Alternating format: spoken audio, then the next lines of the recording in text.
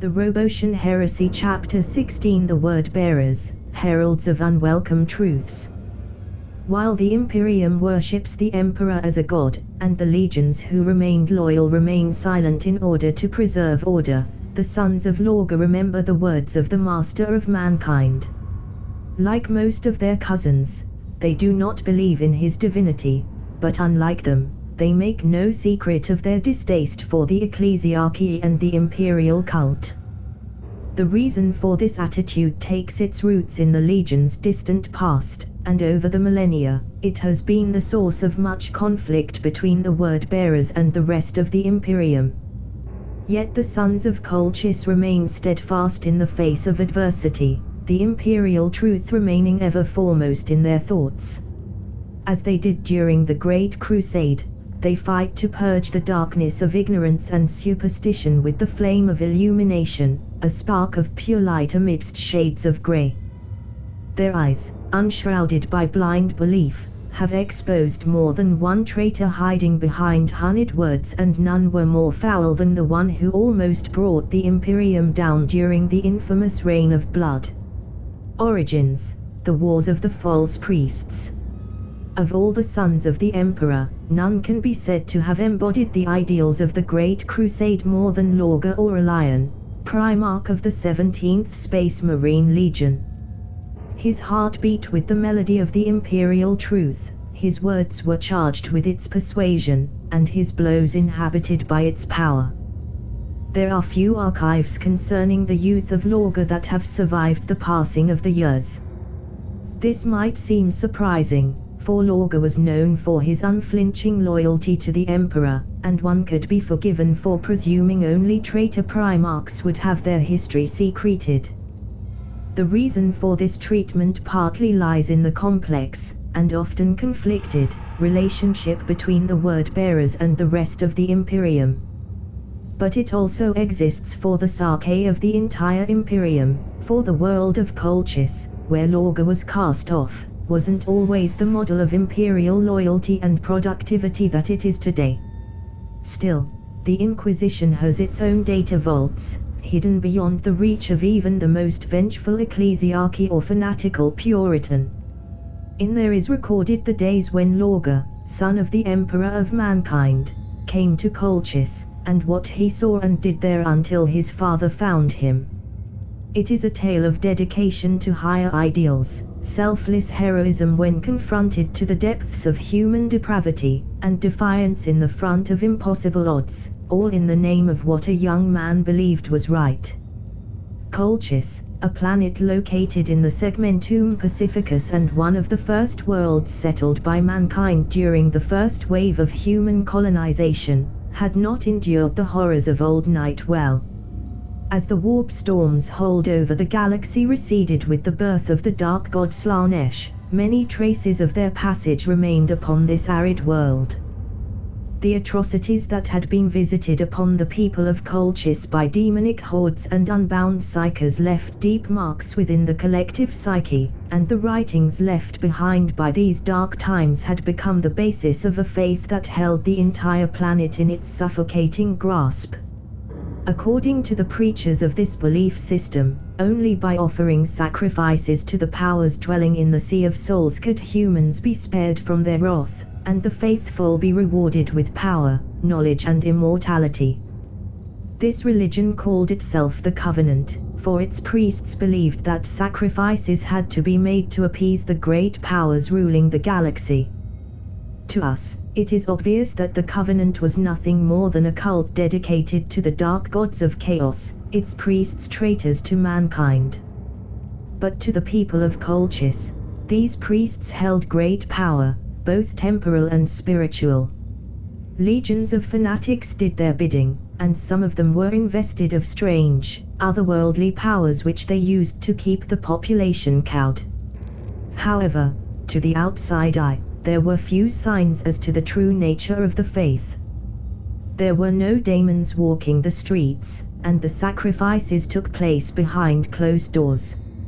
Most of the Covenant's ranks were filled with truly devout men and women, who wanted nothing more than to aid those under their responsibility, be it by offering assistance to the poor, healing to the sick, and spiritual advice to the distressed. But the higher one progressed into the Covenant's hierarchy, the deeper the corruption became, as the true nature of the powers the Covenant prayed to was slowly revealed. The archpriests, who each stood at the head of their own regional sect of the Covenant, were minor Chaos Lords in their own right, and often waged war against one another, driving their followers before them to die in order to satiate their petty grudges. Every settlement on Colchis had a graveyard filled with the empty graves of those who had fallen in these so-called holy wars. These highest ranking of priests hid the truth from their followers, instead spouting rhetorical nonsense and constant reminders to obey the Covenant in order to maintain their hold over the planet. There is no doubt that, had the people of Colchis be aware of the true nature and allegiance of their priestly masters, they would have risen against their rule long before they eventually did. The life pod of Lorga crashed near one of Colchis' farming villages, far from the great cities and temples to the old gods. The villagers, believing the falling star to be a sign of their cruel divinities, were terrified, and most of them refused to go anywhere near the site of impact. Only an old couple went to investigate, and found the baby that would become the salvation of their people among the wreckage, miraculously unharmed. We know little of these two humans, not even their names. But what we know is enough. We know that they had had children of their own, who had gone to fight in the wars of rival priests and died without achieving anything. We know that they paid lip service to the bloody rituals of the ruling priests, but did not truly embrace their dark tenets. We know that when they saw the golden child, they vowed to protect him from any who would do him harm. They brought the infant back with them, and named him Lorga, the name of one of the great heroes of Colchis legends, who had fought against the infernal tides during the Old Night. The Covenant had struggled to rewrite the legend of that warrior, to erase the traces of his defiance and make him a figure who had been among the firsts to kneel before the dark powers and offer them worship. But fragments of the truth remained, passed on throughout the generations around fires, where the priests and their cronies couldn't hear. Lorga was raised in isolation from the rest of the villagers. The old couple had been slowly ostracized by their brethren. Without children to care for them, they would have eventually starved to death. This was not out of callousness, but necessity. On the harsh world of Colchis, where crops were difficult to raise and the taxation from the Covenant was high, there could be no burden to the collectivity. "Why are you crying, Dad?" Instead of replying, Lorga's father rose from his chair and hugged him. Despite his advanced age, there was still strength left in him, but Lorga was careful not to hurt him nonetheless as he returned the hug. He had learned long ago that he was far stronger than his father. After a long time, his foster father said, "I was remembering them. Our children, those who came before you. I was remembering how they died. They were taken, Lorga. One by one, taken from us, taken from life. All for nothing, in the end. Just because some priest told them to. Promise me, son," asked the old man, his voice on the verge of breaking. "Promise me you will not join them. Promise me you won't let yourself be lied to as they were." "I promise," replied the golden child. But Lorga grew quickly, far more quickly than any normal child should, and his adoptive parents soon realized that while they had always suspected his more than human origins, they had underestimated just how great the difference was. In just a few years, Lorga was able to work in the fields, taking care of the harvest and the few goats the old couple still had. Then, on the 10th year, a new holy war was declared by the local archpriest against one of his rivals. Militia troops were sent to every settlement to round up those who were of age. Mere weeks before the recruiters came to his village, Lorga's foster parents had died peacefully in their sleep, both going into the afterlife in the very same night. The young Primarch buried them, and then journeyed to the village, where he was found by the recruiters and immediately forced into joining them. Obviously, Lorga could have resisted, and there wouldn't have been much they would have been able to do.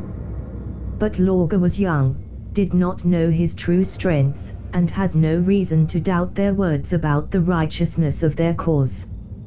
That was until he joined with the gathered army and, for the first time in his life, was exposed to the Covenant when he heard the Archpriest speak to the troops he had gathered for his own personal war. "And so you must fight, my children," shouted the priest, clad in his rich robes, his voice reaching to the furthest ranks of the assembled soldiers.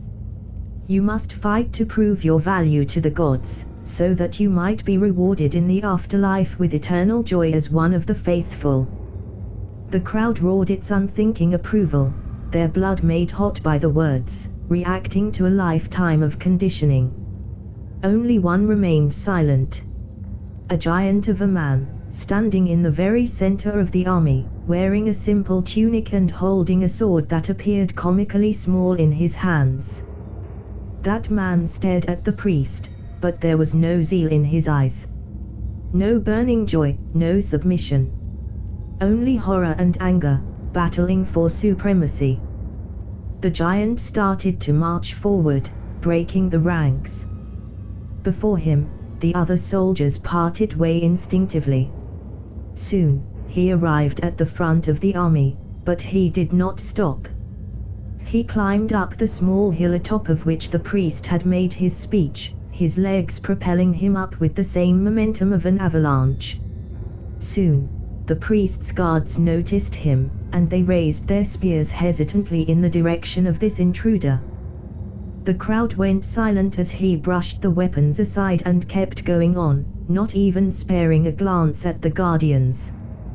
The priest saw him then, and something akin to terror flashed on his face. Staring down at the priest, Lorga looked into the eyes of the old man who had commanded that 5,000 young men and women go to their death for the glory of the gods he served. He looked into the soul of the one who claimed to speak for the heavens, and then he spoke a single word. "Liar." Something happened then, though what exactly isn't clearly known. Lorga ousted the Archpriest, and took command of the gathered army instead. What had been just another army to be used as cannon fodder in the endless feuds between the Covenant's leaders instead became the instrument of Colchis' liberation. On the night following his public humiliation of the Archpriest, Lorga went into the deposed warlord's tent, and there found the books and journals he had kept. Lorga had never learned to read, but it only took him a few hours before he could decipher the ancient script used in these texts. When he emerged from the tent again, his rage was visible to all, barely contained from exploding. Lorga had learned the secrets the Archpriests kept hidden from the population. He had read the reports of human sacrifices, the hidden motives behind every holy war, and the true face of the gods the Covenant served. In a grand speech, Lorga denounced the Covenant as a fraud, a grand deception orchestrated by enemies of mankind. He vowed to bring the entire organization down in flames, and purge Colchis of its pernicious influence. He swore that he would see every last temple razed, and every priest either defrocked or slain. And so began the wars of the false priests, that would rage across Colchis for several decades. City after city fell to the rebel army of Lorga. Some cities were liberated by the words of Lorga, while in others, he personally infiltrated the local priesthood and exposed their corruption. Others yet fell to strength of arms, the temples cast down in flames with their dark adepts trapped inside. With every city of Colchis that was freed from the Covenant, Lorga's army grew, as more and more men and women saw the lies of their priestly caste for what they truly were. Of course, the priests of the Covenant reacted to Lorga's progress. They roused hordes of fanatics, and used their ancient sorceries to bring forth horrors from beyond the veil of reality. Though these summons were only of weak wraiths, they were still abominations from the warp, and the mortals fighting under Lorga's banner almost broke the first time they were unleashed upon them. But the young Primarch fought against the spectral invocations, and with a burst of golden psychic light, he cast them back into the tides of the ether. This would be the first time Lorga consciously used his immense psychic potential, as well as the event that would make his people grant him the title of Aurelian, which means Golden One in Colchisian. The wars of the false priests were long, and exceedingly cruel. As the tide turned against them, the Lords of the Covenant grew increasingly desperate, and unleashed greater and greater horrors against their own people as well as Lorga's in an attempt to maintain their power. Eventually, however, Lorga and his armies reached Varage, the seat of the Covenant's power. No god worthy of worship would demand such horror be committed in its name. Attributed to Lorga Aurelian, upon witnessing the sacrificial pits of Varage. Once, Varage had been the greatest city of Colchis. Now, as Lorga's army breached its walls and poured into its streets, it was revealed as a slaughterhouse. Nearly the entire population had been sacrificed over the course of the war to fuel the sorceries of the Covenant priests, or when they had attempted their own rebellions and been crushed mercilessly. Monsters stalked the ruins, while in the center of the city stood the Spire Temple, where the last priests and their followers remained. The Battle of the Spire Temple was the most violent of the entire war. Demon hosts and other infernal creatures fought against the forces of Lorga, killing his soldiers until he alone remained standing in the warp-twisted temple. Of the 5,000 men and women Lorga had taken with him into the Spire Temple while the rest of the army stood watch outside, none returned. Finally, covered in the blood of comrade and foe alike, Lorga confronted the head priests of the Covenant themselves, led by an old man called Corfran, the most bitter, corrupt and cruel priest to have ever graced the ranks of the tainted faith. "No more," said the Golden Giant as he marched above the shattered remnants of yet one more monstrosity the old men cowering before his wrath had unleashed against him. This one had been created from the flesh of a child, taken from the streets of Varage, torn from his mother's arms. He had seen it in his mind's eye, and that knowledge had ripped a hole in his heart even as he put the wretched thing out of his misery. "No more," he repeated as he continued to advance. His weapon was gone, broken in combat what seemed to be hours ago. Blood flowed from 100 wounds that refused to close, the scars of which would remain with him until his dying day. He was more than flesh and blood in that moment. He was a vision, a promise of retribution incarnate. The priests knew this, and were rightly terrified of what was coming for them. Except for one, who spat in the face of this avatar of righteous justice.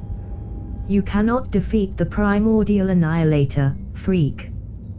The Covenant is what keeps Colchis alive. We are the masters of this world, by the will of the gods." The Golden Giant recognized the old man. He had faced him several times in the past, but always with an army behind which the coward could hide. Never had he taken to the field in person, even as he drove hundreds of thousands of younger, more deserving of life people to their deaths.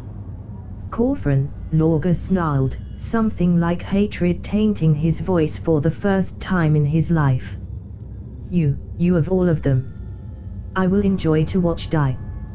The face of the High Priest contorted into a hateful grimace, and a wave of sorcerous power left his fingertips, smashing into Lorga with all the strength the old, rotten man could gather. But the tide of darkness was cast back as the skin of Lorga began to shine, the inner fire of his soul manifesting in the mortal realm for the first time. Corfran looked on, Horrified, as Lorga continued his advance, his psychic power finally unleashed. "And in time," continued the Golden Giant, "I will see your foul gods die too, vanish from memory and be feared no more. Do you hear me, old man? No more." It was barely one Colchisian year, 5 Terran Standard years, after the death of the self-proclaimed Master of the Faith that the Imperium made contact with Colchis once more. Leading the detachment of the Great Crusade were the Emperor and Magnus themselves. The Crimson King had sensed the presence of Lorga, as well as the battles he had waged against the corrupt clergy of his home world. Magnus had demanded that he and his father go to Colchis as quickly as possible, fearing for the safety of his brother. When they arrived, however, the war had already ended, though the price Colchis had paid was terrible indeed. Varage and the Spire Temple had been, at Lorga's orders, burned to the ground, and the scorched earth salted and declared accursed ground for all of eternity, in order to prevent the corruption of the Covenant from ever returning. Many cities had been destroyed in the war, and the reconstruction was barely beginning to show its effects, even with the mind of a Primarch directing its efforts. Although first contact with Colchis was peaceful, and the reunion between Lorga and the Emperor went perfectly well, these first days were full of uncertainty. The marks of warp corruption remained on the planet, and there were those among the Emperor's retinue who argued that the entire world was tainted and had to be purged by fire. The only reason these voices did not also accuse Lorga of corruption was because he had fought against its representatives, and because he carried the blood of the Master of Mankind, and such accusations were still unthinkable under the imperial truth. Lorga, however, knew better than anyone that his beloved home world was far from healed from the damage the Covenant had inflicted upon it. The Primarch was also wrecked by guilt, as a treacherous part of him whispered that, if he hadn't roused the people of Colchis to rebellion, then the priests wouldn't have had a reason to escalate things to the level they had. The greater, more logical part of him knew that such wasn't the case, that the Covenant alone was responsible for the atrocities it had unleashed. Still, Lorga was determined to see Colchis reborn, and believed that in order for that rebirth to be complete, it had to be achieved with only minimum interference from the Imperium of which the world was now part. He asked his father to let Colchis be under his rule and that of his allies, that the people of the world might rebuild their home themselves. He promised that he would lead the armies of the Emperor in his name, that he would spread the imperial truth across the galaxy, and do so gladly. All he asked was that he be given the chance to repair the damage wrought upon Colchis. The Emperor, in his infinite wisdom, saw that Lorga needed to know he could repair and heal as well as conquer and destroy, and granted his son his wish. Then, Lorga departed Colchis, promising to return, in order to learn what he would need to know to fulfill his oath to his father and to meet the sons he had never known he had. The Great Crusade, harbingers of the truth. Too long has mankind suffered in the grasp of ignorance and zealotry. Too long have our people been enslaved to lies written by men who were either insane enough to believe them or selfish enough not to care the damage they caused. Some might claim that these lies gave comfort to mankind, that only through the belief in a higher power can the base nature of man be held in check. And perhaps that was true, once. But no more. Now we know the truth of the universe. We have unlocked its secrets, mastered the powers that held it together. We march among the stars and dream of building an empire eternal. This, the greatest endeavor in the history of our species, cannot be achieved if we hold ourselves back with superstition and willful ignorance. We must face the truth of the galaxy, and spread the light of illumination across the darkness of the past. The imperial truth is not a religion. It does not demand blind obedience. It demands conviction. It demands that we trust in one another, and in the righteousness of our cause. It demands that we believe in ideals, not in an idol. My Father knows this, and we shall bring this truth to every human in the galaxy. It will not be an easy task. Many will resist the changes we will bring to them, clinging to the past like scared children to a blanket. Some will have to be forced into this new age, and we will do so. We will bear the burden of these wars, for it is what we were made to do. We are the bearers of the word, and the lies of the past shall crumble to ash and dust before us. Extract from the speech of Lorgar Aurelian upon taking command of the 17th Legion. Looking at the history of Lorgar and the legion he would rise to command, the parallels are striking. During its creation by the Emperor, the 17th Legion was forged as an instrument of destruction against the religious cults that would oppose the imperial truth to the bitter end, fanaticism granting their forces resolve even in the face of overwhelming might. Recruited from the children of defeated foes, the warriors of the 17th were named the Imperial Heralds by the Emperor himself at their founding, instead of receiving a name later during the Great Crusade. Their first battles were on the surface of Terra herself, at the end of the Unification Wars. They were deployed against the last religious redoubts on the planet, and while a few of those surrendered when they saw the ranks of grey-armored transhuman warriors advance toward their walls, those who did not were reduced to little more than rubble and weeping survivors. Such was the dedication of the Imperial Heralds to the Imperium's ideals that they sought out every trace of the superstition their foes had previously embraced and destroyed it. Libraries were examined book by book in order to identify those who glorified sorcery, false gods, and irrational beliefs. Temples were razed, often with their priests still inside, and monuments toppled with explosives. The people were given the choice to either accept the imperial truth, or be destroyed alongside the shackles of their past. While the Imperial Heralds were only sent against the worst fanatical holdouts of Terra, places where human sacrifices and witch kings were common. The extremes to which they were ready to go unsettled many of the Emperor's allies.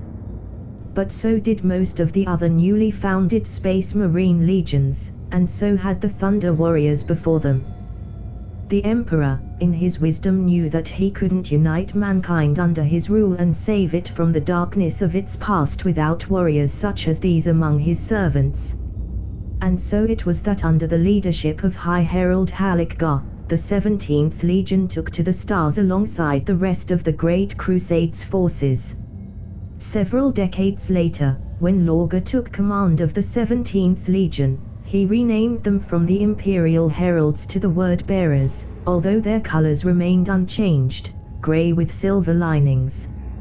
For his inspired words, the Legion soon bestowed the name of Urizen upon their Primarch. In ancient Terran legends, the Urizen was a being of great wisdom, representing conventional reason and law, a fitting title for Lorgar.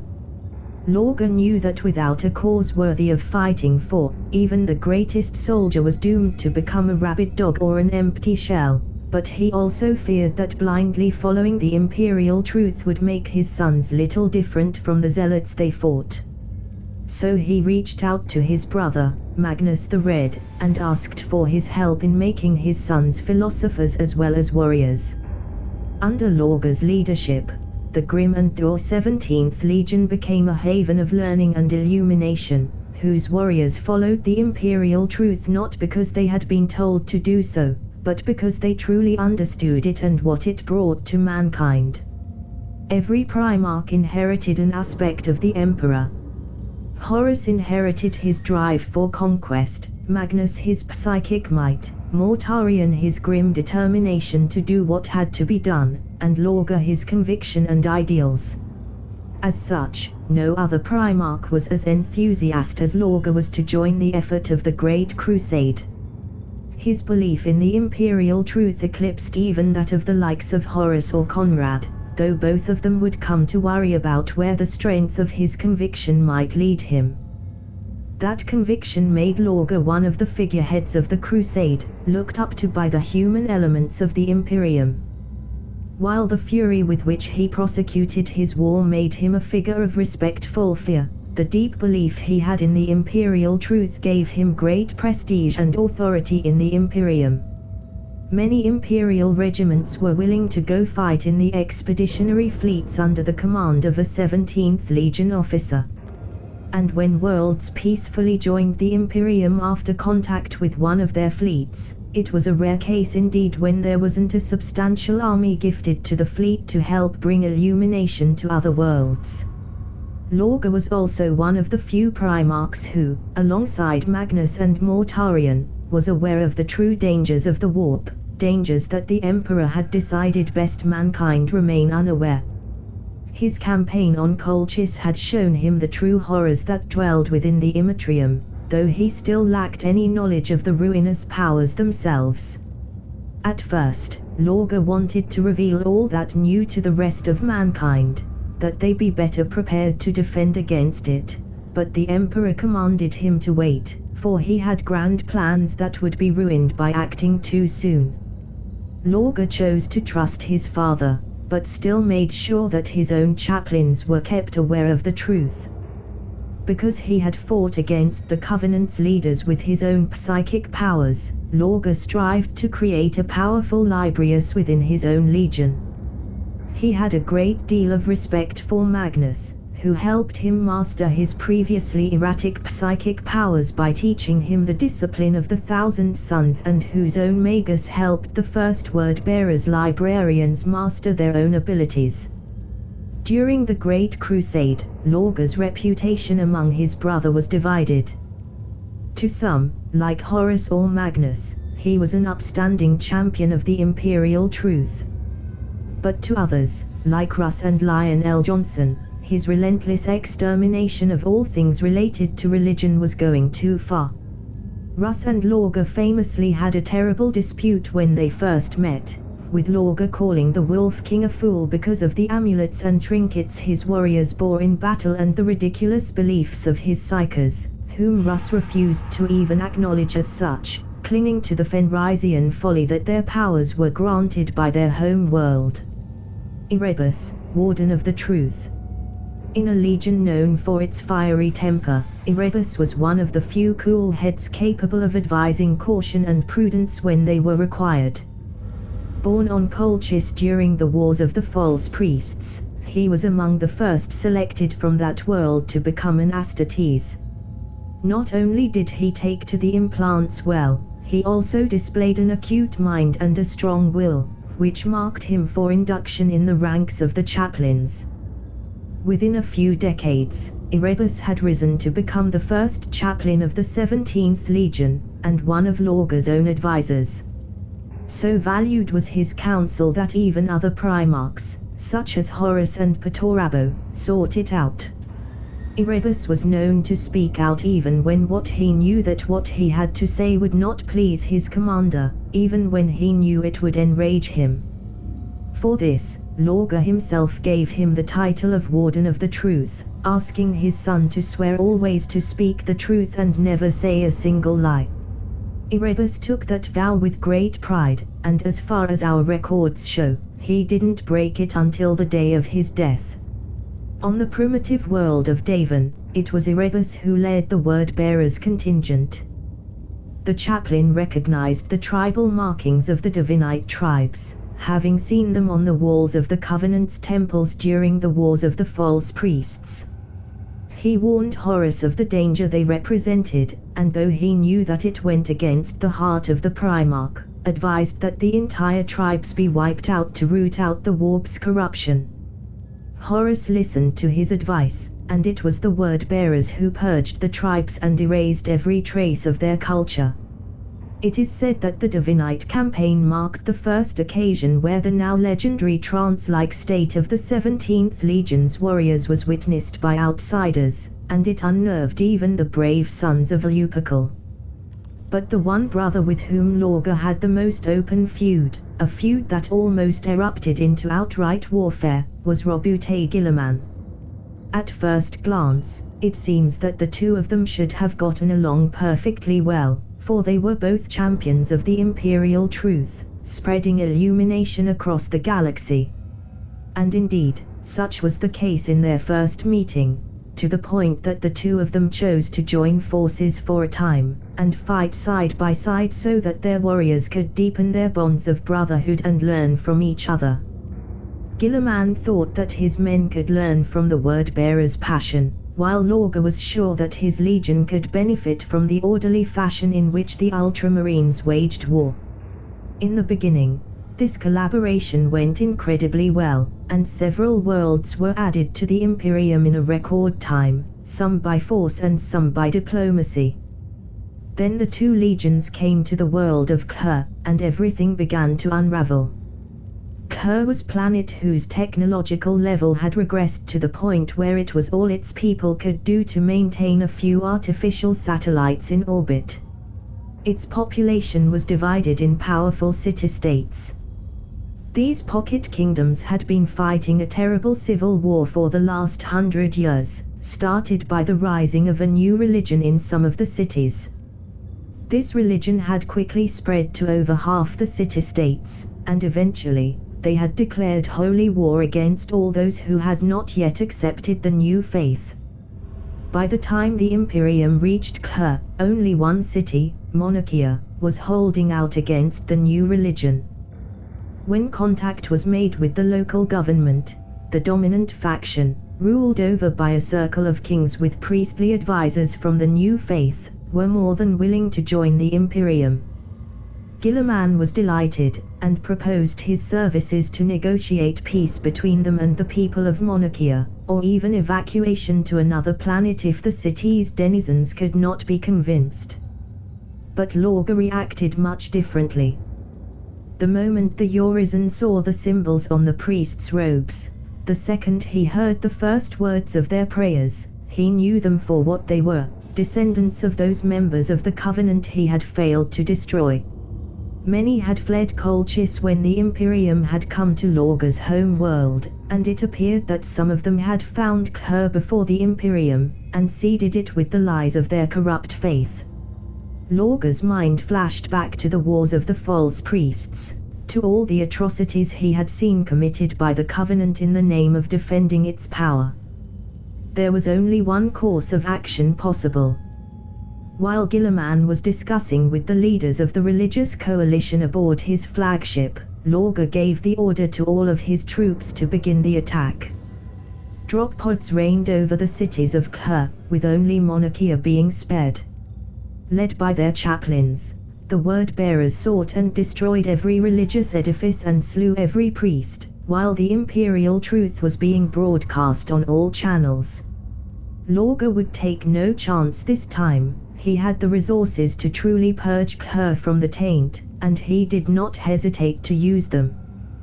When the avenging son heard of what his brother had done, his rage was immense, but it paled before his shock. He called to Lorga, desperately asking what could possibly have motivated his brother to perform such an attack while under the flag of truce. Had the people of Khur deceived him somehow? Had they been planning an attack? And if so, why had Lorga not warned him? But his queries went unanswered.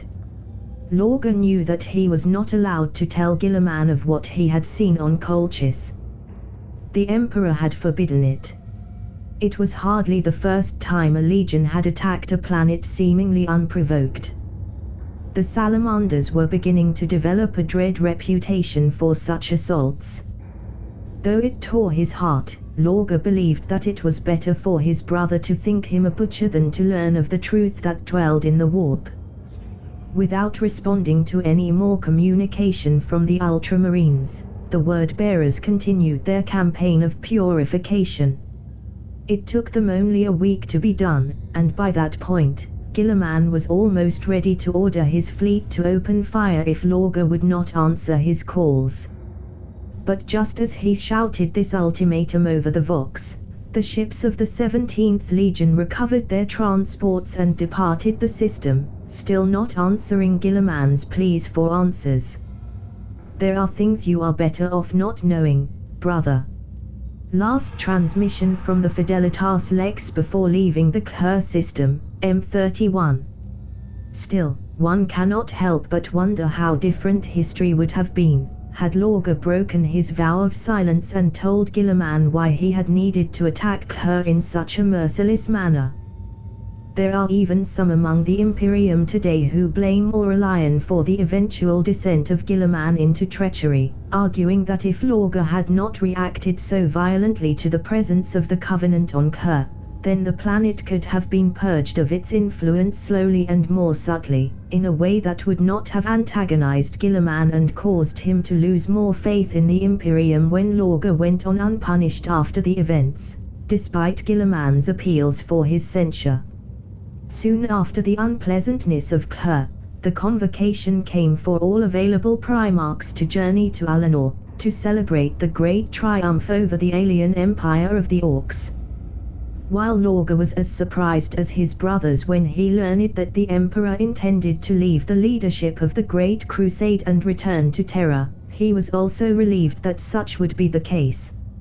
In the prior years, the Urizen had noticed a worrying pattern in the Imperium, a growing cult that worshipped the Emperor as a god, despite all his insistence to the contrary.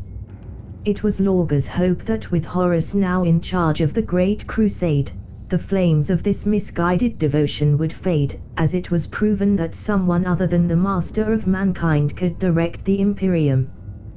Because of this, Lorga was one of the most fervent supporters of Horus as the new War Master of the Imperium. He readily obeyed the commands of his brother, and spread his legion on the vast fronts of the Great Crusade to support it. At the time, the Word-Bearers were one of the most numerous legions, thanks to the high compatibility rate of Lorga's Geneseed and the abundance of aspirants from Colchis' booming population. It is estimated that at the time of the Alinor triumph, there was as many as 120,000 Astartes in the 17th Legion, though such a count is by nature imprecise. To Lorga, the outcome of the Council of Nicaea was never in doubt. He knew the horrors that dwelled in the warp, and he knew that his father knew. How could the Emperor possibly deny his forces the tools they needed to oppose such a threat?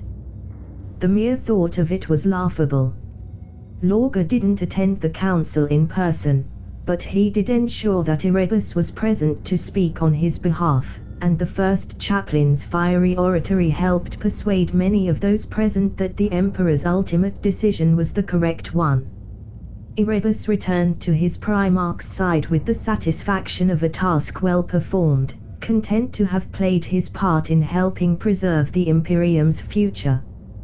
Then, a few years later, while the galaxy was enveloped by ever more potent warp storms, a message came from Terra, and the Word-Bearers learned that the future of the Imperium had been destroyed forever. The heresy, lost amidst the madness. If they do not kneel, then every single one of the 500 worlds will burn. Attributed to Lorga Aurelian, upon the declaration of the Retribution Crusade to Ultramar. When word of Guilliman's treachery at Istvan III reached Lorga, the rage of the Primarch was terrible to behold. What few records speak of this fury mention that it was lucky the Urizen was on a planet at the time, for the psychic power he unleashed would have damaged a ship beyond repair. Had the message not also carried Horus instructions for Lorga and his legion, it is doubtless that the Primarch would have taken the full might of the 17th with him to Istvan, determined to kill Guilliman with his bare hands if he had to. How different things would have unfolded had that been the case, we will never know, for Horus had other plans for the Word-Bearers. 7 legions were already en route to Istvan with the task of bringing the traitors to heel, but there was another concern that needed to be addressed. Ultramar, one of the mightiest and richest regions of the Imperium, had been revealed as being under the leadership of a traitor for 200 years.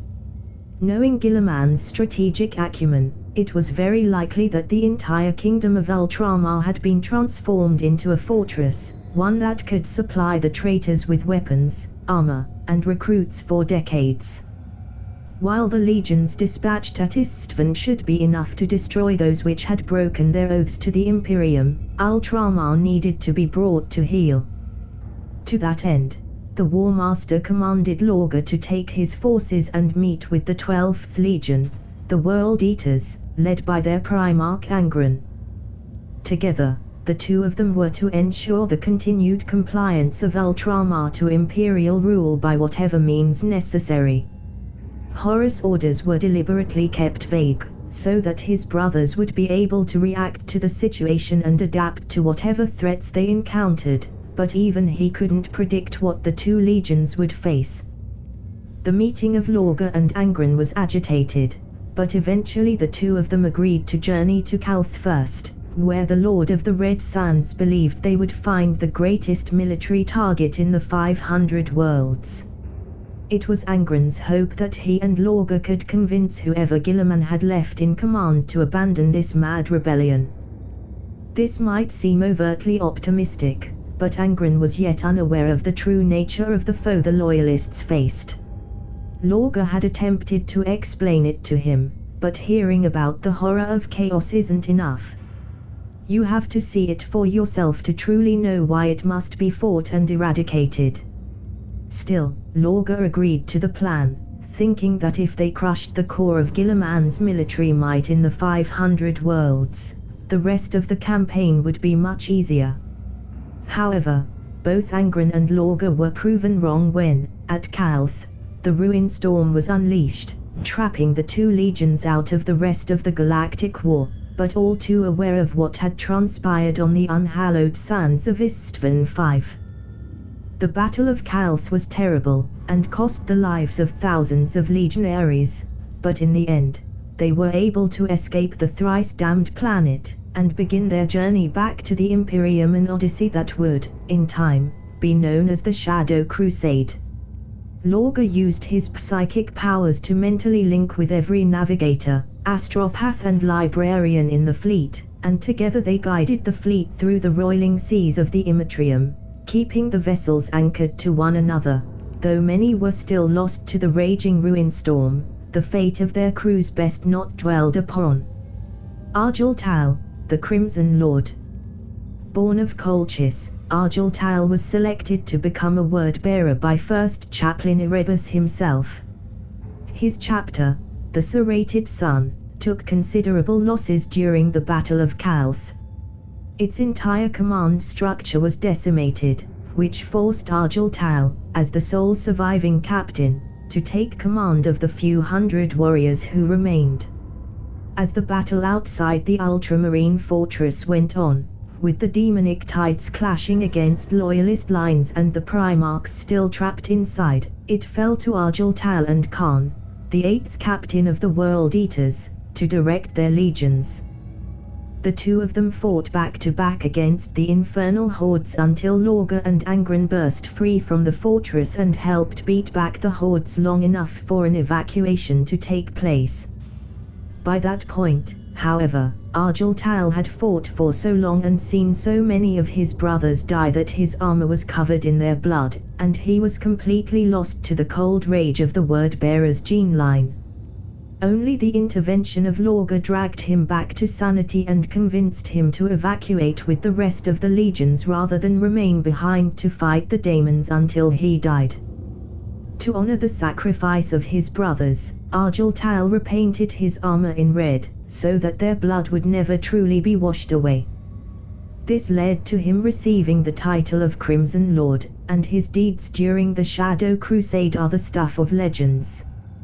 He and Khan developed a deep bond of brotherhood, and fought together against the demon Ejethel, casting down her serpentine form while resisting her lies. In time, Argel Tal rose from being a mere captain in a minor chapter to becoming a Lord of the Legion, whose word was heeded by Lorga and Angren themselves. Together, he and Khan helped maintain the desperate alliance between the World Eaters and the Word-Bearers. It is said that the two of them fought in the World Eaters' fighting pits chained to one another, and took on any challenge. They rarely won, but according to the accounts that have survived, it was only because neither of them took these brawls seriously. On the battlefields, Argyle was every bit as deadly as Khan or any other Legion champion. Argyle survived 300 years past the end of the Roboutian Heresy before falling during battle against a Dark Angel's warband.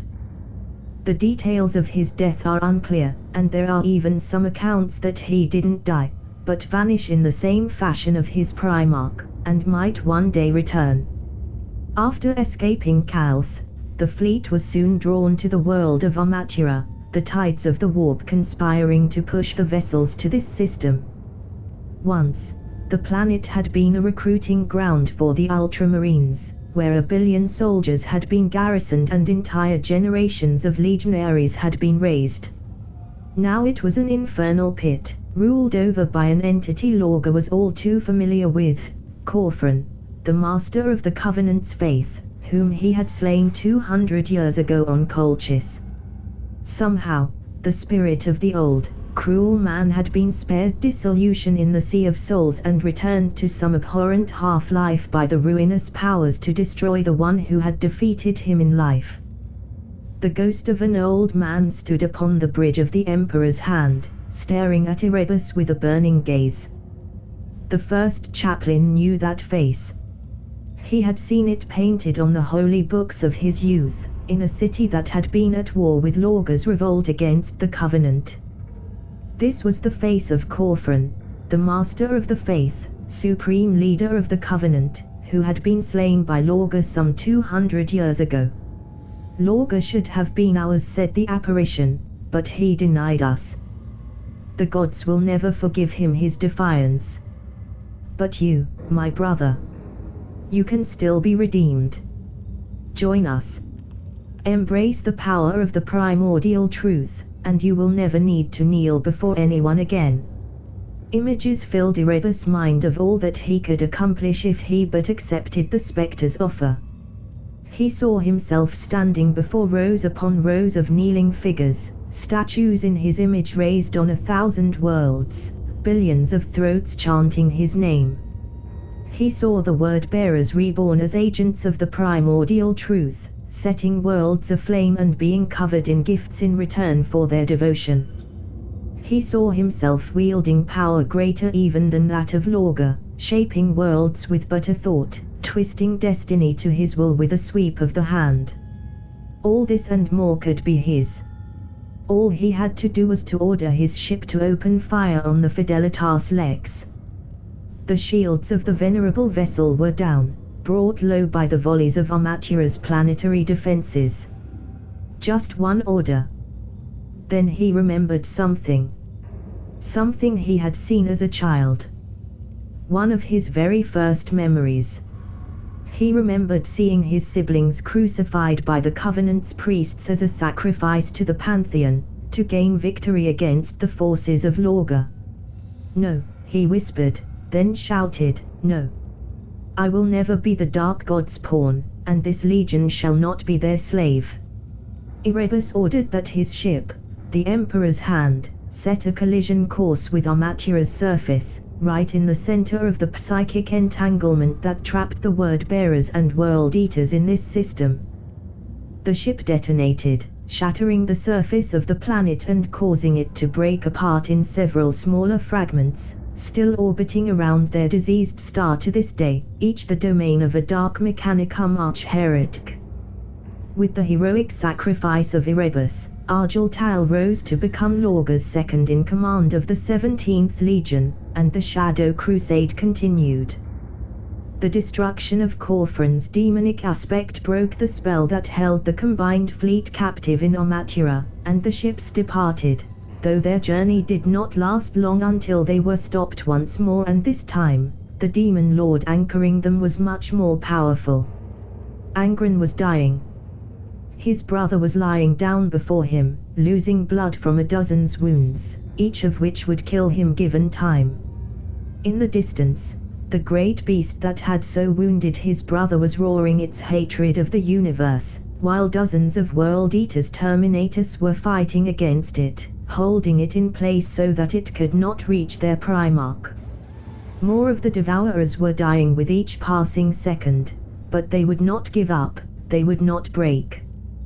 They could not break.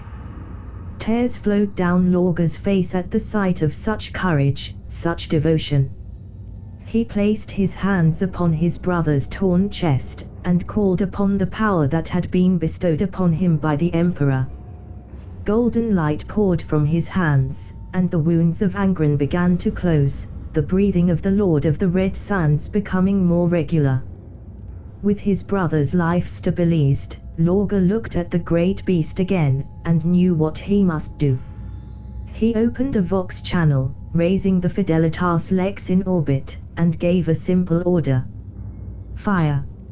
Seconds later, a column of fire descended from the heavens as the Gloriana-class warship opened fire on the location transmitted by the Devourer's beacons, accompanied by the rest of the fleet. The earth of the accursed world cracked under such power, and Doombard, the antediluvian prince of the dark god Khorne, was banished from the mortal universe once more, taking with him the lives of 300 of the noblest human warriors who had ever lived. This pattern of journeying ever closer to the edge of the ruin storm while true salvation remained out of reach continued for years. Time inside the storm had little meaning, and some survivors claimed that to them, the entire ordeal had lasted mere months, while others had trouble remembering anything before it. Always the fleet would emerge from tumultuous tides into a more peaceful enclave, and always they would need to slay the local demonic overlord in order to be able to leave once more. The names of the slain daemons adorn the records of the 17th Legion: Samus, Doombreed, Skarbrand, Zahariel, Eatausralkeres and a dozen others. The Word-Bearers and the World-Eaters both earned the eternal enmity of many Lords of the Warp during the Shadow Crusade, while also gaining an expertise in fighting them that has transcended the generations. We do not know for certain how the two legions finally escaped the ruin storm. The truth of the Shadow Crusade has long since faded into legends, especially since most of those who survived it repressed their memories of it to avoid descending into madness. Ancient, fragmentary texts refer to a device that was cast into the shadow of the warp by the plots of foolish, selfish men and of a great sacrifice, unlike any other in the galaxy, yet only the herald of another, greater one. Barbarous. Lorga vociferated over the Vox. Do not do this. I have to, my lord, replied the voice of the old warsmith. He sounded so tired. Ever since the fleet had found him on Armatura, Barbara's Don Quixote's body had been growing weaker even as his mind grew sharper and sharper. I have to. Terra needs you and your brother. The Imperium needs you. Your father needs you.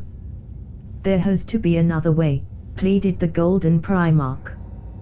Please, Barbaras. You have given so much to the Imperium already.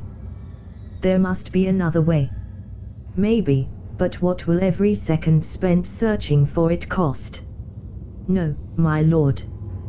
This must be done. Please, tell my father that in the end, I died with dignity. Deep within the twisted remnants of Dark Glass Station, a lever was pushed, and an old man sat upon a throne of torment and ruin. Lorga roared in sorrow and pain as the warp around the fleet flared with light. Even over the unimaginable distances of space, he sensed Don Quixote's agony as the device consumed him entirely. Then the madness of the ruin storm was gone from the oculus, replaced by the blackness of space, with the distant lights of stars. But regardless of the significance of these words, the combined fleet of the Word-Bearers and the World-Eaters did emerge from the ruin storm. For all the sacrifices they had paid to escape, the war raged still, and they were still determined to play a part in it. The traumatized crews of battered ships set to work to repair what was needed. The navigators set a course through the tumultuous warp, and the fleet began its way back home to the throne world, where the fate of mankind would be decided. Yet despite all their efforts, the 12th and 17th legions arrived too late. Their imminent arrival had forced Guilliman into a final, desperate gambit that had ultimately cost the arch-traitor his life, but had also taken the mortal existence of the Emperor away. Lorga marched through the ruins of Terra and into the Imperial Palace, and fell to his knees before the enthroned figure of the Emperor. Despite the stasis field and the power of the Golden Throne, Lorga knew that, for the second time in his life, he had lost his father. Post-Heresy, Keepers of the Flame. We are still here. Though our empire is broken, though the oaths of our brothers lie in ruin at our feet, we are still here. Though unspeakable horrors were unleashed upon us, the reason and order have departed the universe and left only cruelty and madness in their wake, we are still here. We are not defeated. We are not broken. And we remain untainted. Even now, as the ink of my words dries on this page, the degradation of the Imperium continues. The ideals of the Great Crusade are forgotten or cast aside in a desperate need to find a way to make sense of the galaxy once again. Human minds are too weak to bear the weight of the horrors we now know to be true. If only we had had more time. One generation, two at most, born and educated as my father intended, imbued with the power of the imperial truth. But that will never be now. It is too late. Too late. But we are still here. From the writings of Lorga Aurelian, Post-Heresy. After the end of the siege and the banishment of the traitor legions to the Eye of Terror and the Ruin Storm, a dark mood fell upon Lorga. Everything he had fought to build was slipping away as the Imperium slowly turned away from the imperial truth. His sons watched, helpless, as their father descended further and further into melancholy, until news reached them that a host of daemons had broken through the iron cage surrounding the ruin storm and were wreaking havoc on the worlds of the Ultima Segmentum. As soon as he heard the astropathic calls for aid, Lorga appeared to be revived, fire returning to his eyes. He called the full might of his legion to him, and went to meet this demonic horde, determined to cast back the horrors of the warp to the hell that had spawned them. 4 terrible greater daemons led this demonic incursion, one for each of the Chaos Gods. A display of unity unseen since the days of the heresy, and that portended dark times for the Imperium if they were not stopped. It was on the world of Kher, where Lorga and Guilliman had first turned against one another all these years ago, that the word-bearers brought the infernal legions to battle. So numerous were the daemons that they blackened the skies, but still the word-bearers attacked. In the confusion of battle, Lorga became separate from his sons, and it was all they could do to watch, helpless to intervene, as the 4 greater daemons revealed themselves around the Primarch. Then, the tides of the battle obscured the Urizen from sight, and when next the legionaries could see where he and the infernal princelings had stood, they found nothing but scorched earth. Lorga Aurelian was gone, as were the 4 great daemons. Without its leaders, the demonic horde soon turned against itself, and the threat to the Imperium was stopped at the cost of one of its few remaining princes. For they were terrible and powerful beyond the ken of mortal men. Each was a lord among its kin, a fragment of the dread god it served. In most circumstances, they would have turned against one another in a heartbeat. But here and now, they were united in their hatred of the one who had dared to defy their masters. "You have failed, Golden One," croaked a bird-headed lord of change. "Your father has fallen, son of Colchis," burped a bloated great unclean one. "His pain feeds us," hissed a keeper of secrets, trembling with delight at the wounds it had inflicted and suffered alike. "His blood," grunted a colossal bloodthirster, "and that of his little empire will flow for 10,000 years." There was a moment of silence, broken only by the distant sounds of battle being waged between the word-bearers and the infernal legions that had come to this world. Then there was a soft chuckle. "I know you," declared the demigod whom the demonic lords had brought to his knees. "I know you all. I know what you are. Daemons, fallen, Tengu. In the end, there is only one name that truly defines you, liars." Lorga Aurelian, son of the Emperor of Mankind, rose to his feet, Illuminarum held firmly in his hands, and stared defiantly at the abominations before him. "I name you deceivers and falsehoods," continued the Primarch, his voice gaining in strength with every word, "broken promises and empty shells. You have no power over me." Something in his gaze, in his words, made the daemons scream in fury, and the champions of the eternal war between order and chaos charged. After the disappearance of Lorga, Chapter Master Argel Tal rose to the rank of Legion Master, and led the word-bearers for a further 300 years before his own death. A new Legion Master was chosen, and the 17th Legion continued its long war against the many enemies of mankind. By choice, they remained far from the imperial centers of power if at all possible, trying to avoid stirring up internal conflict between the Legion and the rest of the Imperium. Then, in the early 36th millennium, came the Age of Apostasy, a period of turmoil and conflict that almost destroyed the Imperium.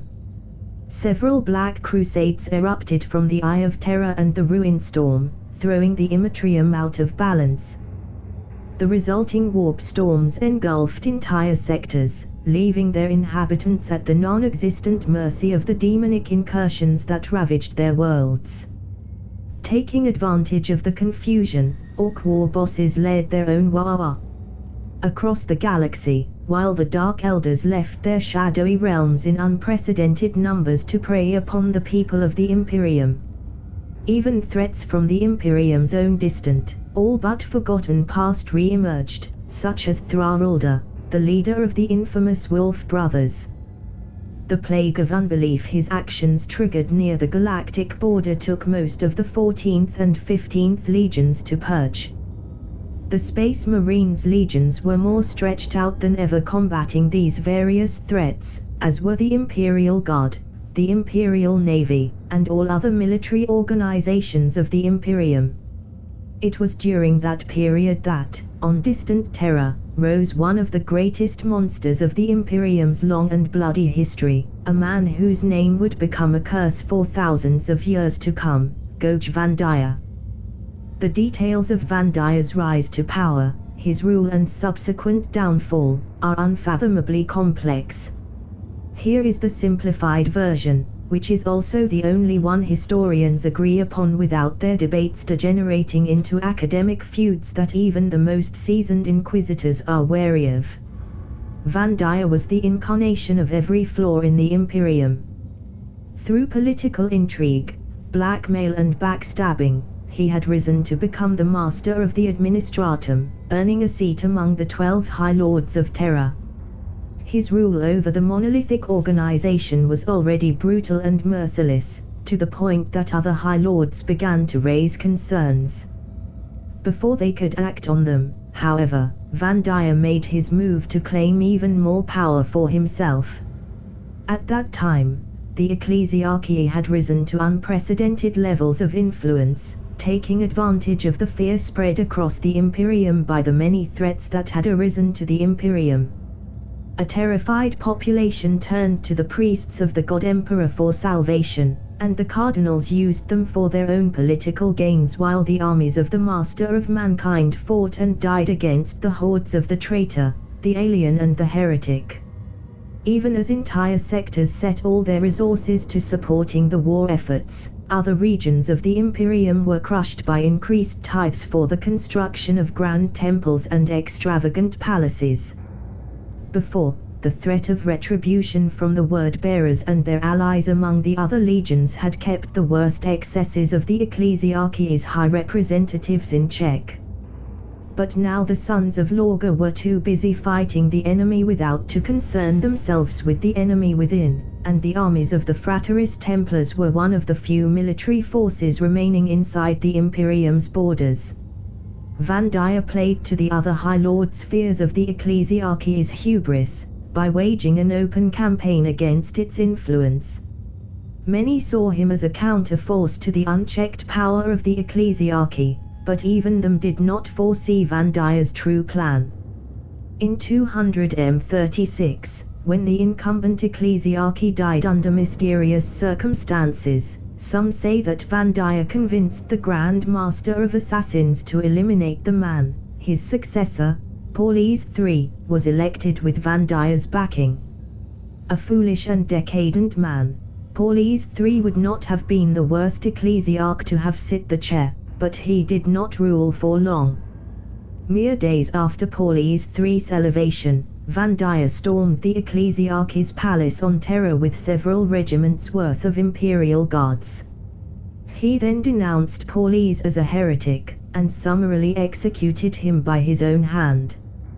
He then claimed the title of Ecclesiarchy for himself, vowing to purge the emperor's church from corruption.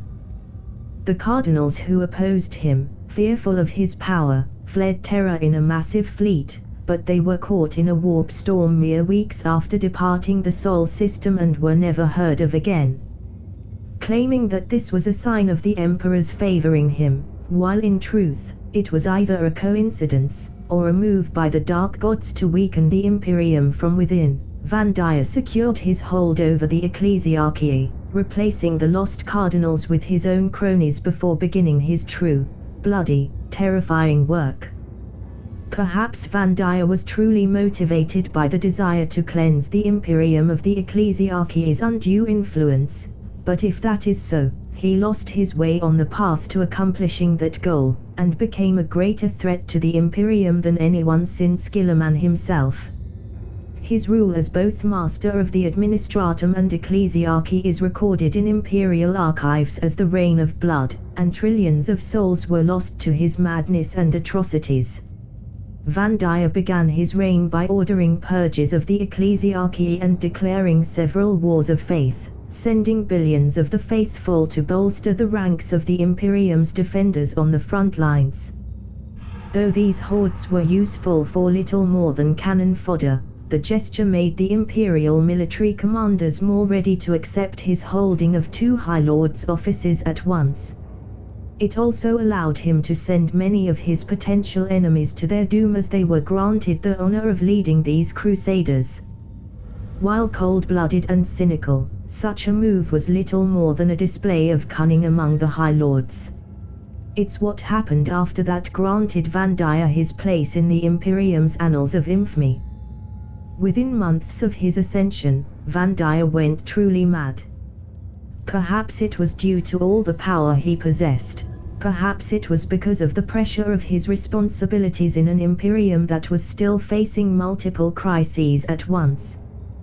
Perhaps it was the result of some plot of his rivals among the High Lords, or a scheme by any of the many enemies of mankind. Despite centuries-long investigations, we still do not know for certain. The possibility that maybe Vandir was just acting like a normal human is, to most inquisitors, too disquieting to contemplate. With most of the imperial forces busy on the front lines, Vandir's Fraterist Templar and other military assets could impose their will upon the Imperium unopposed. Entire worlds were purged by flame as Vandir denounced their population as heretics for all manner of sins, from refusing to bow to his will to not paying their tithes fast enough. Over time, even these small justifications were abandoned entirely, and the ships under the tyrant's command did not question their orders as they destroyed entire star systems. On other worlds, horrifying pogroms were committed, based on the slightest genetic difference to what Vandir, in his madness, considered to be the perfect human form. All the while, on worlds terrified of being the next on the tyrant's list, great monuments were built, dedicated not to the Emperor, but to Vandir's own glory. These acts of heresy, however, paled compared to how Vandia deceived a religious sect known as the Daughters of the Emperor into becoming his personal bodyguards and servants. By faking a miracle through the use of his stolen Ecclesiarchs Rosarius, he convinced the all-female, isolated order that he was blessed by the God Emperor, and spoke with his voice. Renamed as the Brides of the Emperor, these sister warriors would become one of the most dangerous agents of Vandia's will. They notably purged the Holy Synod when the cardinals attempted to have Vandia deposed, their loose standards and morals finally being breached by Vandia's atrocities. The reign of Vandia lasted for 7 decades, and would doubtlessly have lasted much longer if not for the heroic actions of a few individuals. A group of inquisitors had secretly come back to Terra from the battlefield, seeking access to the archives of the Ordos on the throne world. On their way, they witnessed the horrors Vandia had unleashed in the name of the Emperor upon his own people. When they arrived to Terra, they were determined to cast down Vandia, but he was too powerful in his domain to be defeated with the means at the Inquisitors' disposal. The polar fortresses of the Ordos had been all but emptied to support the war effort, and what few stormtroopers and agents remained would never make it through the Brides of the Emperor's watchful guard. Instead, the Inquisitors resolved to send an astropathic message powerful enough to pass through the warp storms clouding the galaxy. After a daring raid on the Astra Telepathicas headquarters to secure the astropaths required, the psychers in their retinues amplified the transmission's power, and the message was sent. Its contents were a condensation of all the information they had accumulated on Vandia's many crimes and heresies. Its destination was the edge of the ruined storm, where the word-bearers were fighting against a Black Crusade led by 2 of the infamous Ultramarines tetrarchs. The message reached the Sons of Lorga just as they had finally pushed back the tide of traitors and daemons. With the help of Ordo Malus Inquisitors and a brotherhood of Grey Knights, the tetrarchs had been banished, and a coordinated strike had slain the remaining leaders, breaking the Crusade's backbone. The fleet of the 17th Legion was busy repairing the damage it had endured and recovering its warriors when the astropathic call breached through the tumult of the warp. Such was its strength that when it finally reached its intended destination, every astropath, psyker and librarian in the solar system received the full content of the message at once. We Inquisitors like to believe that we know the meaning of righteousness. That by our very calling, our souls are imbued with the Emperor's will, guiding our actions. When wrath takes us as we witness the horrors visited by the enemies of mankind upon their victims, we delude ourselves into thinking that it is a righteous, inspired rage. But we are wrong. The human mind is designed so that all rage feels righteous. It is both our gift and our curse, a potent weapon and the source of countless damnations. But the word-bearers, they know true righteous fury. It is written into their very genetic code, the legacy of their Primarch, and when the message echoed in our minds on this blasted, ruined, nameless world, I saw it. It is impossible to describe what I felt from them, because no human has ever felt such an emotion. There are no words in any of the myriad languages of man to do justice to the cold, blazing fury, the utter certainty of purpose, the obligation, not the desire or the need to travel to Terra and end the life of the madman who had usurped power there. The hatred they had displayed for the heretics and traitors we had fought before paled compared to their reaction to Vandia's atrocities. It was as inspiring to behold as it was terrifying, and on the journey to Terra, I found myself wondering if the Imperium wouldn't be saved from Vandia's clutches only to be destroyed by the righteous judgment of the Sons of Lorga. Excerpt from Fighting Alongside the Sons of Lorga, Loyalty Over Faith, by Inquisitor Giga. Once the shock had passed, the word-bearers prepared to return to Terra, determined to bring Vandia to justice regardless of who or what stood in their way.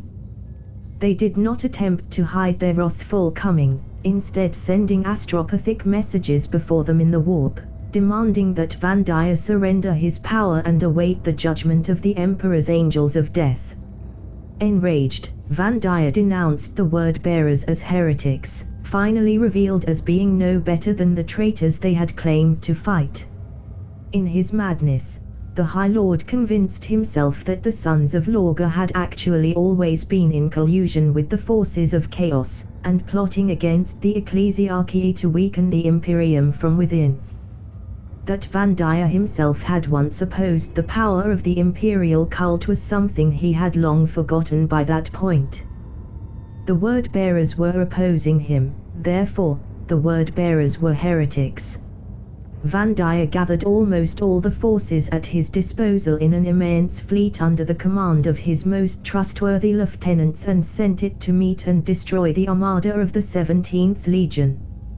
Hundreds of ships of all classes were massed in this fleet, though the quality of its commanders was sorely lacking, as all the experienced officers of the Imperial Navy had been sent to the front lines long ago. Still, it was a force to be reckoned with, and should it have met the word-bearers, the resulting void engagement would have been both epic in scale and devastating to any victor who had emerged. But the fleet never reached the word-bearers. Soon after they left the Sol system, the ships sent by Van'Daya were caught in an incredibly violent and localized warp storm that removed them from the galaxy entirely. To this day, this storm rages still, and is known in Imperial maps as the Storm of the Emperor's Wrath. Indeed, it is believed that the storm was sent by the Emperor himself from the Golden Throne, as a punishment to those who had desecrated his empire and as aid to his true agents. Unaware of the fleet's fate, unaware that it had even been sent against them, the word-bearers continued their journey to Terra.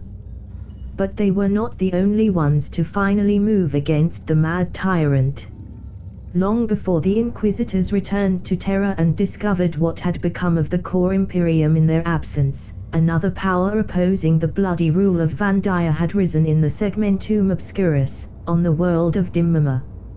A young priest named Sebastian Thor had publicly denounced the ecclesiarchy as a traitor and a heretic, and through the sheer strength of his conviction and charisma, the entire planet had soon followed him into his defiance of Van'Daya. Even the governor had bent knee before the young man, and placed the entire military forces of Dimmama under his command. Thor left Dimmama and began to make his own journey toward Terra, stopping at every human world he passed to preach passionately to the population. Every world he so visited turned against the rule of Van'Daya and his cronies, often violently overthrowing those in power. Soon, Thor was at the head of an alliance of planets and forces known as the Confederation of Light. The name had once belonged to a sect of the imperial cult that preached self-sacrifice, moderation, and generosity, but had been crushed ruthlessly by the dominant faction of the Temple of the Savior Emperor in the early days of the ecclesiarchy. Dimmama, the home world of the sect, had been ruthlessly purged, but the teachings of the Confederation had survived, and been resurrected by Thor and his allies. The Temple of the Savior Emperor. After the end of the Roboutian Heresy and the sacrifice of the Emperor, many sects rose that worshipped him as a god. In time, these sects would unite to become the Imperial Creed, preached across the Imperium by the ecclesiarchy. But this process was far from peaceful. Terrible wars of religion tore the worlds of the Imperium apart, until the Imperium put an end to it by enforcing the power of the ecclesiarchy, who would ensure the application of the Imperial Creed as the one true and only faith in the Imperium. Even those High Lords and Legion Masters who did not believe in the divinity of the Emperor were forced to accept the creation of the ecclesiarchy's office, seeing a unified religion as the only way to stop the endless and bloody religious conflict. One of the sects who became the foundation of the ecclesiarchy was known as the Temple of the Savior Emperor. It was the most powerful and influential of all, with entire fleets and planets under its direct control. When the ecclesiarchy's seat was established, it was one of their own who first sat it, and they kept things that way for 5,000 years. Over time, however, the temple changed from being a genuine religion into becoming a tool of power for its leaders. The ecclesiarchy was, in their eyes, the one true ruler of the Imperium by divine right as the voice of the Emperor. This led to the tensions between the ecclesiarchy and the other High Lords, until eventually Goch Vandaya used the situation to become master of both the ecclesiarchy and the administratum. Under his reign of blood, the members of the Temple of the Savior Emperor became even more unhinged after the last honest men among them were purged by the insane High Lord. After the death of Vandaya, the members of the temple were hunted down by the Word-bearers and the Night Lords. While Sebastian Thor reformed the ecclesiarchy from within, the two legions purged the last traces of Vandaya's blasphemy. However, not all of them were found.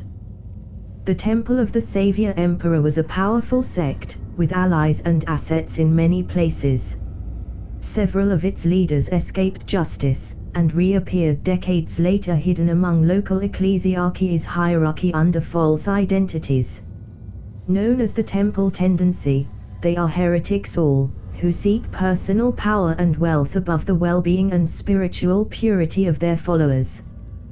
They desire the revocation of the decree passive, and the restoration of the immense armies of faith that were once theirs to control. The Ordo Hereticus considers it one of its primary missions to destroy the Temple Tendency and all its offshoots. If not for the far direr threat posed by the Word-bearers, Vandaya would doubtlessly have sent his fleet to eliminate Thor and those who followed him.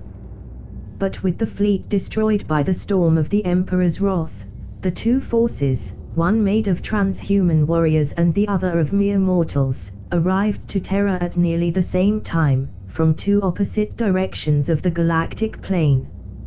For a terrible moment, the Word-bearers believed the fleet Thor had gathered to be under Vandaya's control, and their ships' lances prepared to fire and rip their perceived enemies to pieces.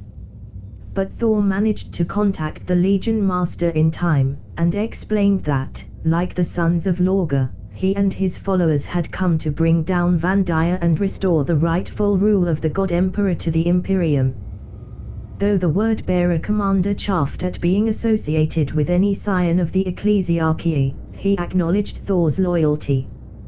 Together, he and the human priest launched their attack on Terra, the first battle the throne world had seen since the terrible events of the War of the Beast, and before that, the Roboutian Heresy itself. Unwilling to repeat the destruction these conflicts had inflicted upon Terra, the attackers decided to limit their efforts to Vandaya's own palace, standing within the continental spread of the Emperor's own. But the shields of the Imperial Palace were still up, as they had been for more than 5,000 years. A direct assault would require a preliminary bombardment, something neither side of the precarious alliance was willing to even consider. All attempts to contact Vandaya and get him to surrender without further bloodshed had been met only with more insane ramblings, most of which seemed to be directed at persons who were not present. It is unclear whether or not Vandaya was even conscious of the presence of the Word-bearers and the Confederation of Light. But while the Word-bearers and Thor's military council were planning their next move, they received a communication from the surface of Terra. This message came from the leader of the Brides of the Emperor, who had now renamed themselves Daughters of the Emperor again, Alicia Dominica. In the hololithic projection of the strategy arm of the Fidelitas Lex, she appeared tall and resplendent, holding in her hand the head of Goch Vandaya. While those present were shocked silent by what they saw, Alicia explained that she had been granted an audience with the Emperor himself by the Custodes, and seen the error of her ways in helping Vandaya. She and her coven had turned against their former master, seeing him as the heretic and usurper that he really was. Alicia herself had slain the renegade ecclesiarch, though by her own admittance, she doubted he had even noticed her presence when she struck, so lost was he in his delusions. Then, she knelt, throwing herself at the mercy of the sons of Lorga, son of the God Emperor, awaiting judgment for her part in Vandiya's atrocities. Reactions among the word-bearers varied. Some were pleasantly surprised, others disgusted that it had taken so much before the daughters had turned against the tyrant, while others were still calling for the attack, claiming that they needed to seize the occasion to purge the Imperium from the ecclesiarchy once and for all. But Thor spoke quickly and eloquently, and the word-bearers renounced both to their assault and to inflicting any punishment on Alicia and her sisters. The death of Vandiya ended the reign of blood, but it was far from being the end of the age of apostasy. Hundreds of worlds had broken away from the Imperium during his reign, or been lost to various invaders who had slipped beyond the Imperial forces on the front lines. Thor, now the new ecclesiarchy, had to reform the Holy Synod, and then travel across the entire Imperium in order to restore order. This pilgrimage lasted for 100 years, and ended with the death of Thor himself soon after he returned to Terra for the first time, his body exhausted beyond the help of juvenile treatments by his endless work, or, some suggest, slain by the hands of jealous members of the ecclesiarchy. Before his death, Thor and the other High Lords instated the Decree Passive, a commandment that forbids the ecclesiarchy to gather, train, promote, sustain, or in any way command any force of men under arms. However, the daughters of the Emperor, being an order made entirely of women, were not concerned by the letter of that law, and so they became the Adeptus Sororitas. Thor believed that while the ecclesiarchy's previous military might had to be curbed, the faith still required warriors to defend it. Though the storms in the warp had receded with the death of Vandiya and the defeat of the Imperium's foes, several other tyrants had taken advantage of the confusion to build their own empires, and they too needed to be brought to heel. Greatest of them was the apostate Cardinal Bucharest, who took advantage of his world's isolation to preach that Terra had fallen, and that he was the new leader of mankind. Bucharest preached that only the strong deserved to live, and the weak, which included the poor, the sick, but also the old and the young, didn't have a place in the galaxy. Every human should fight for himself, and follow his own desires, only that way could mankind as a whole prosper, free from the burden of the weak in its ranks. His empire quickly expanded from the planet of Gathalamor, in the Segmentum Solar, to include almost 50 worlds, some conquered by force, other exposed to the same spiritual decay to which Cardinal himself had succumbed. With their resources, Bucharest built great monuments in his honor, and built up the military forces under his control. Eventually, however, news of Bucharest's heresy came to be known, reached the ears of the word-bearers. Barely a few years had passed since the death of Vandiya, and the word-bearers were still reeling from the scale of that betrayal.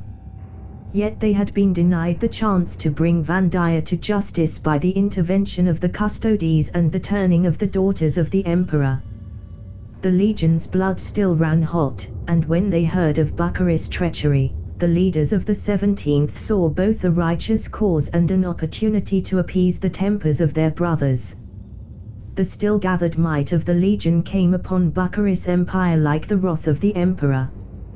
Within a few months, almost every world conquered by the apostate Cardinal had been reclaimed, Bucharest's forces broken to pieces everywhere they met the word-bearers in combat.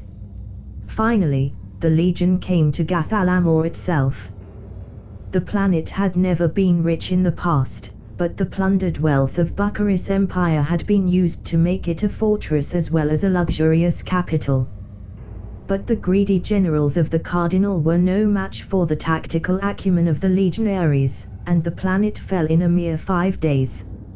As the Space Marines descended from the skies, several popular revolts also rose from within, led by an elderly confessor named Dolan Chirosius. By the time the champions of the 17th Legion tore through Bucharest's palace, located the fleeing cardinal and killed him, they were being cheered by streets packed with rebellious citizens. Order on Gathalamor was swiftly restored, as a fleet of imperial reinforcements emerged from the warp in the word-bearers' wake, carrying officials and diplomats.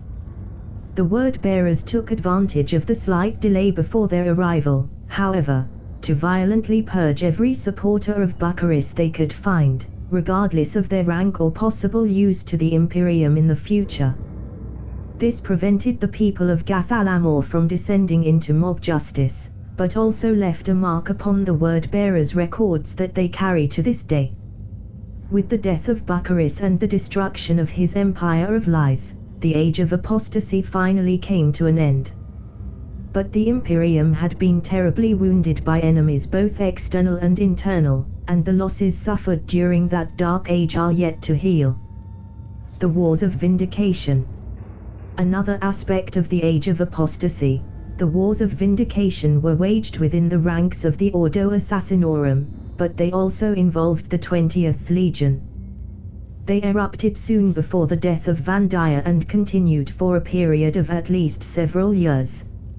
After claiming control of the ecclesiarchy, Vandaia still wanted to extend his power further. He especially desired the office of Grand Master of Assassins, for he saw the Officio Assassinorum as the only remaining threat to his power.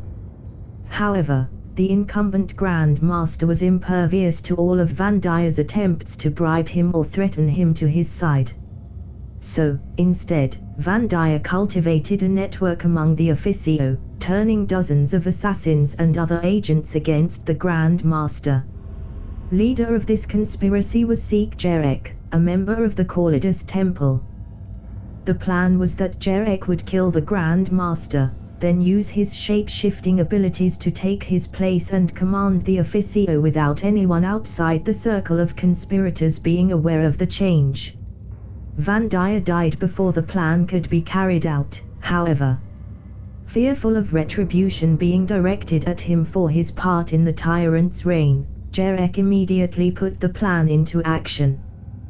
Though the assassination appeared to be a success, the Grand Master had seen the betrayal coming, and ensured that information about it reached the proper ears. Upon his death, both his own loyal servants and the Alpha Legion received detailed reports on Jerek and his allies within the Officio. What followed was a brutal succession of skirmishes across the entire galaxy, as the Sons of Alphaurus teamed up with the loyal assassins to purge the Officio of the conspirators. Little of it is recorded in the Inquisition's archives, and what we know comes only from the assassins who took part in it. Weapons that had been locked away in sealed vaults since the time of the heresy were wielded once more, and entire worlds were lost in cataclysms whose source was never uncovered. In the end, however, Jerek was slain, and the Officio returned under the control of the Imperium. For all the secrecy of the Wars of Vindication, they did come to the attention of the reformed High Lords of Terra. After things had calmed down, it was decided that the power of the Officio needed to be collared, in the same manner as that of the ecclesiarchy had been. From this point onward, every assassination carried out by the temples would require a vote among the High Lords, and the temples would be scattered across the galaxy, rather than focused in a single location where corruption could spread more easily. The foundation of the Ordo Secreus was also ordered, to keep watch over the Officio in the future and, according to rumor, on the secretive Alpha Legion as well. It was in the aftermath of this bloody age that the Ordo Hereticus was founded. The corrupt priests and rebellious leaders of the Age of Apostasy had revealed the importance of keeping the spiritual shepherds and political leaders of the Imperium under watch, and the heirs of the Inquisitors who warned the word-bearers of Vandaia's true nature became the first members of this new ordo. Over time, its purview would grow to include every form of heresy, including those inspired by chaos, leading to the members of the Ordo Hereticus receiving the nickname of Witch Hunters. Now, 5,000 years after the death of Goj Vandaia, the events of the Age of Apostasy have faded into legend for most imperial citizens. But the High Lords of Terror still remember how the Sons of Lorga did not hesitate for a moment to sail toward the throne world in the intent of killing everyone in charge there. According to many savants of the Inquisition, this has had both positive and negative consequences, as it encourages the High Lords to do their best to avoid drawing the ire of the 17th, while also making the most ruthless among them plot the destruction of the entire Legion. Organization. From the darkness of ignorance, the flame of truth shall spring, and bring forth the age of illumination. Inscription on the prow of the Fidelitas Lex, the Gloriana-class flagship of the 17th Legion, translated from High Gothic. Since the loss of their primarchs, the word-bearers have been led by a Legion Master. Such centralized command was made necessary by the isolation from the rest of the Imperium that afflicts the 17th. If the Sons of Lorga did not stand together, their hidden enemies would have been able to plot their destruction long ago. At the same time, this unity has made their dissenters even more nervous, as they fear that the one rising to this station might one day be corrupted, and turn the full might of the 17th Legion with him against the Imperium. The Legion Master operates from the Fidelitas Lex, one of the last Gloriana-class ships left in the Imperium from the days of the Great Crusade. This magnificent vessel, 20 kilometers long, is both a fortress and a weapon. Under his direct command are several of the Legion's chapters, in which the rest of the word-bearers are divided. Word-bearers chapters are the equivalent of other Legion's great companies, averaging 1,000 warriors in total. Every chapter is named after a constellation of Colchis night sky, and each name has been in use since the days of the Great Crusade. Because of the relentless conflicts in which all Astartes are thrown, there are always several names without a corresponding chapters, as losses become too great to replace. But always new warriors are forged, and eventually, a new chapter is born, bearing the name and heraldry of one of the fallen ones. Each chapter is led by a chapter master, answering only to the Legion Master. It is them who, when the Legion Master dies, must choose a new one from among their number. They are counseled by a group of chaplains, tech marines and captains, but their command is undisputed. The discipline in the 17th Legion is known to be the strictest of all loyal legions, which is no small feat. While chapters operate separate from one another, the Legion as a whole is generally present in a single one of the galactic fronts, its forces kept more dense than those of any other legion. The Iterators. During the Great Crusade, almost every expeditionary fleet was accompanied by men and women gifted with great oratory skills. Their task was to help the soldiers of the Imperium negotiate the peaceful integration of human worlds into the fledgling empire. Each of them had been selected by a process even more rigorous than that of an Astartes aspirant, for while it is said that only one youth out of 100 might become a space marine, only one soul in 1,000,000 had the qualities required to become an Iterator. Philosophers of the imperial truth, diplomats without peer and demagogues supreme, it fell to them to truly unite conquered worlds with the Imperium. When the heresy ended the Great Crusade, the Iterators were disbanded, becoming simple diplomats once more.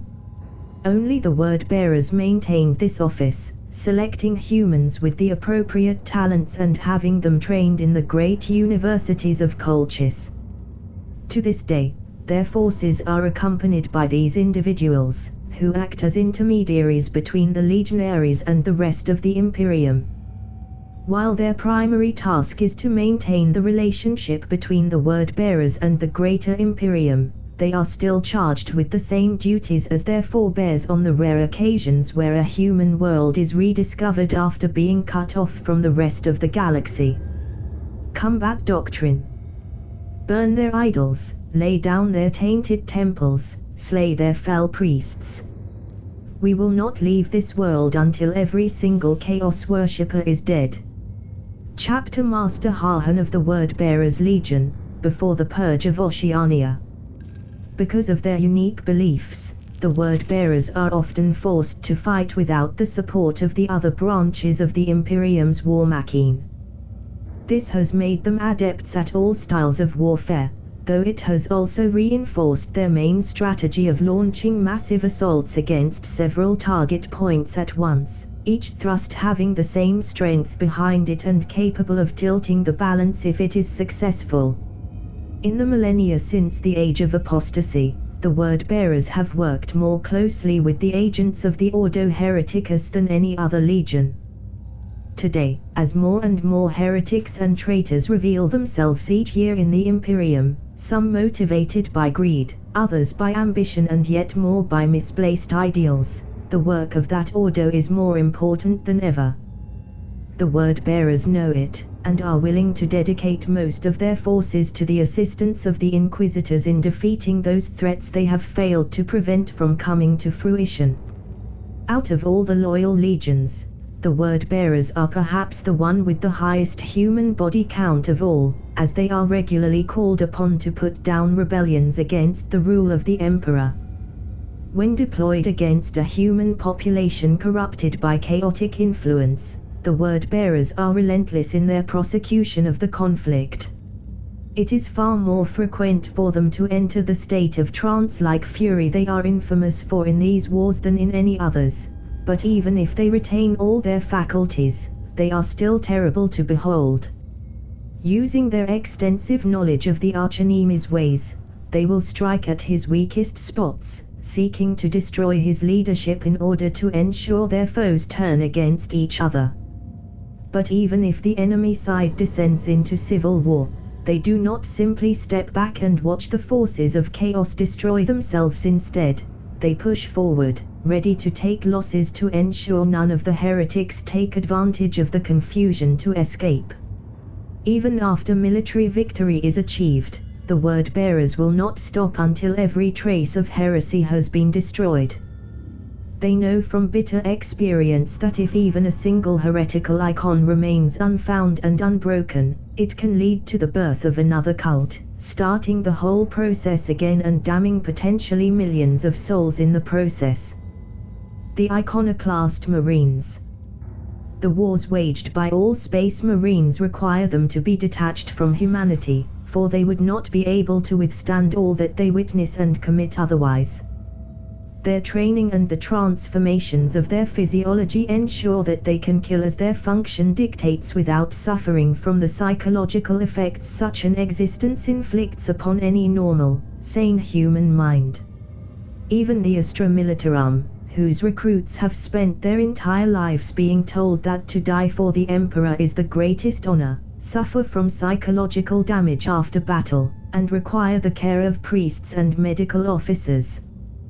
The Space Marines only need chaplains for the most disturbing of battles, such as fighting against daemons or a weaker, defenseless human population who must nonetheless be purged for its corruption. But the Iconoclast Marines, as they are called by those who know of their existence, do not even require such spiritual care. They are those who, after entering the zealous fury that is Lorga's gift to their bloodline, never return to normal. While still intelligent and capable of using tactics, they now act against any enemy in the same way as they did against those who triggered the rage in the first place: cold, ruthless, merciless annihilation, completely uncaring of the cost of the methods employed.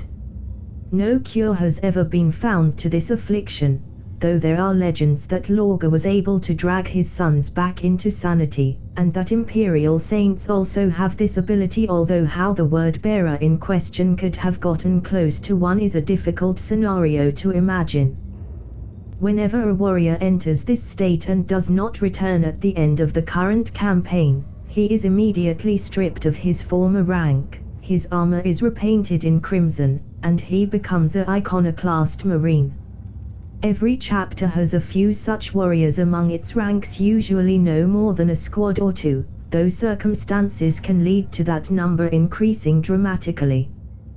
These individuals are generally kept away from the rest of the chapter, ostensibly to prevent possible contagion, but in reality, because no son of Lorga wants to see a permanent reminder of what he might become, little more than a machine turning on hatred.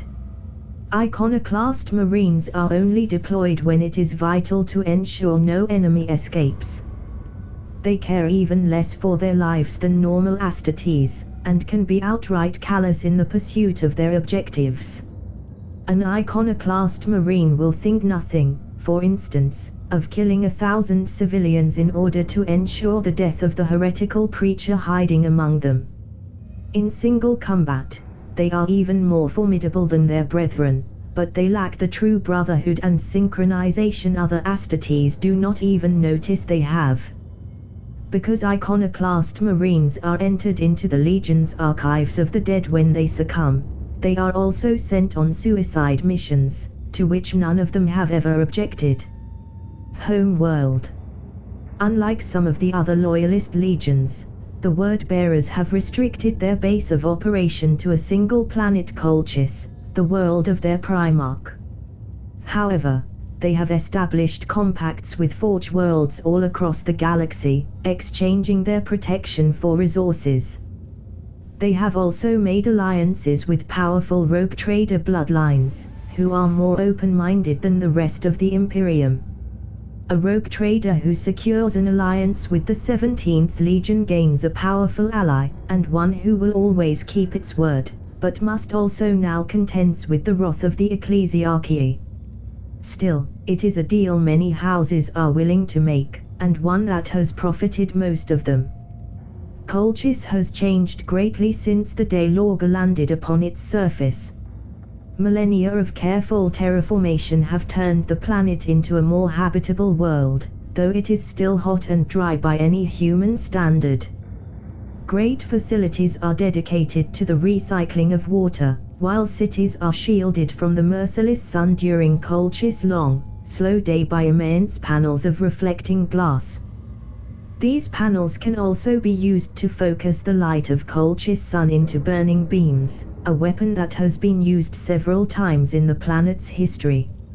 Most of Colchis' population either work in the great farms that keep the planet fed, or in the industrial complexes that produce the weapons and armor the Word-Bearers need to prosecute their wars. The cities of Colchis have grown around the Legion's fortresses, where the relics of the Word-Bearers are preserved and the next generation of Astartes are selected and trained. In orbit around Colchis are a lot of orbital platforms and shipyards, used to maintain the fleet of the 17th Legion.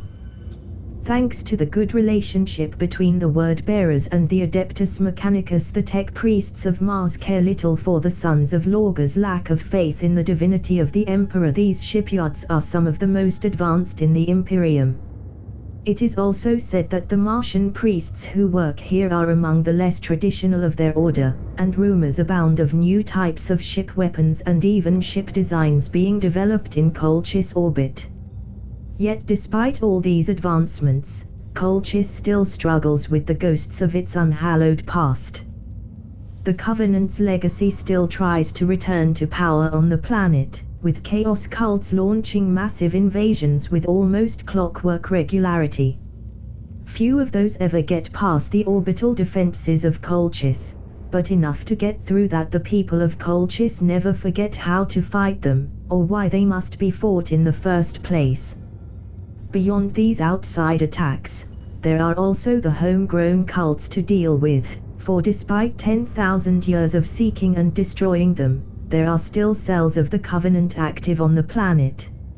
In the last millennia, however, the Word-Bearers' alliance with the Ordo Hereticus has allowed them to gain the aid of the Inquisition in that matter, and the influence of the Covenant has much weakened on Colchis. The Covenant's legacy. Even after the annihilation visited upon it by Lorga himself, the marks of the Covenant's influence have yet to truly vanish from Colchis.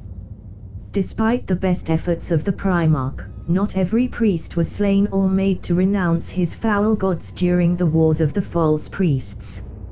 A few managed to escape judgment, and they hid among the population, vowing to one day avenge their order's destruction.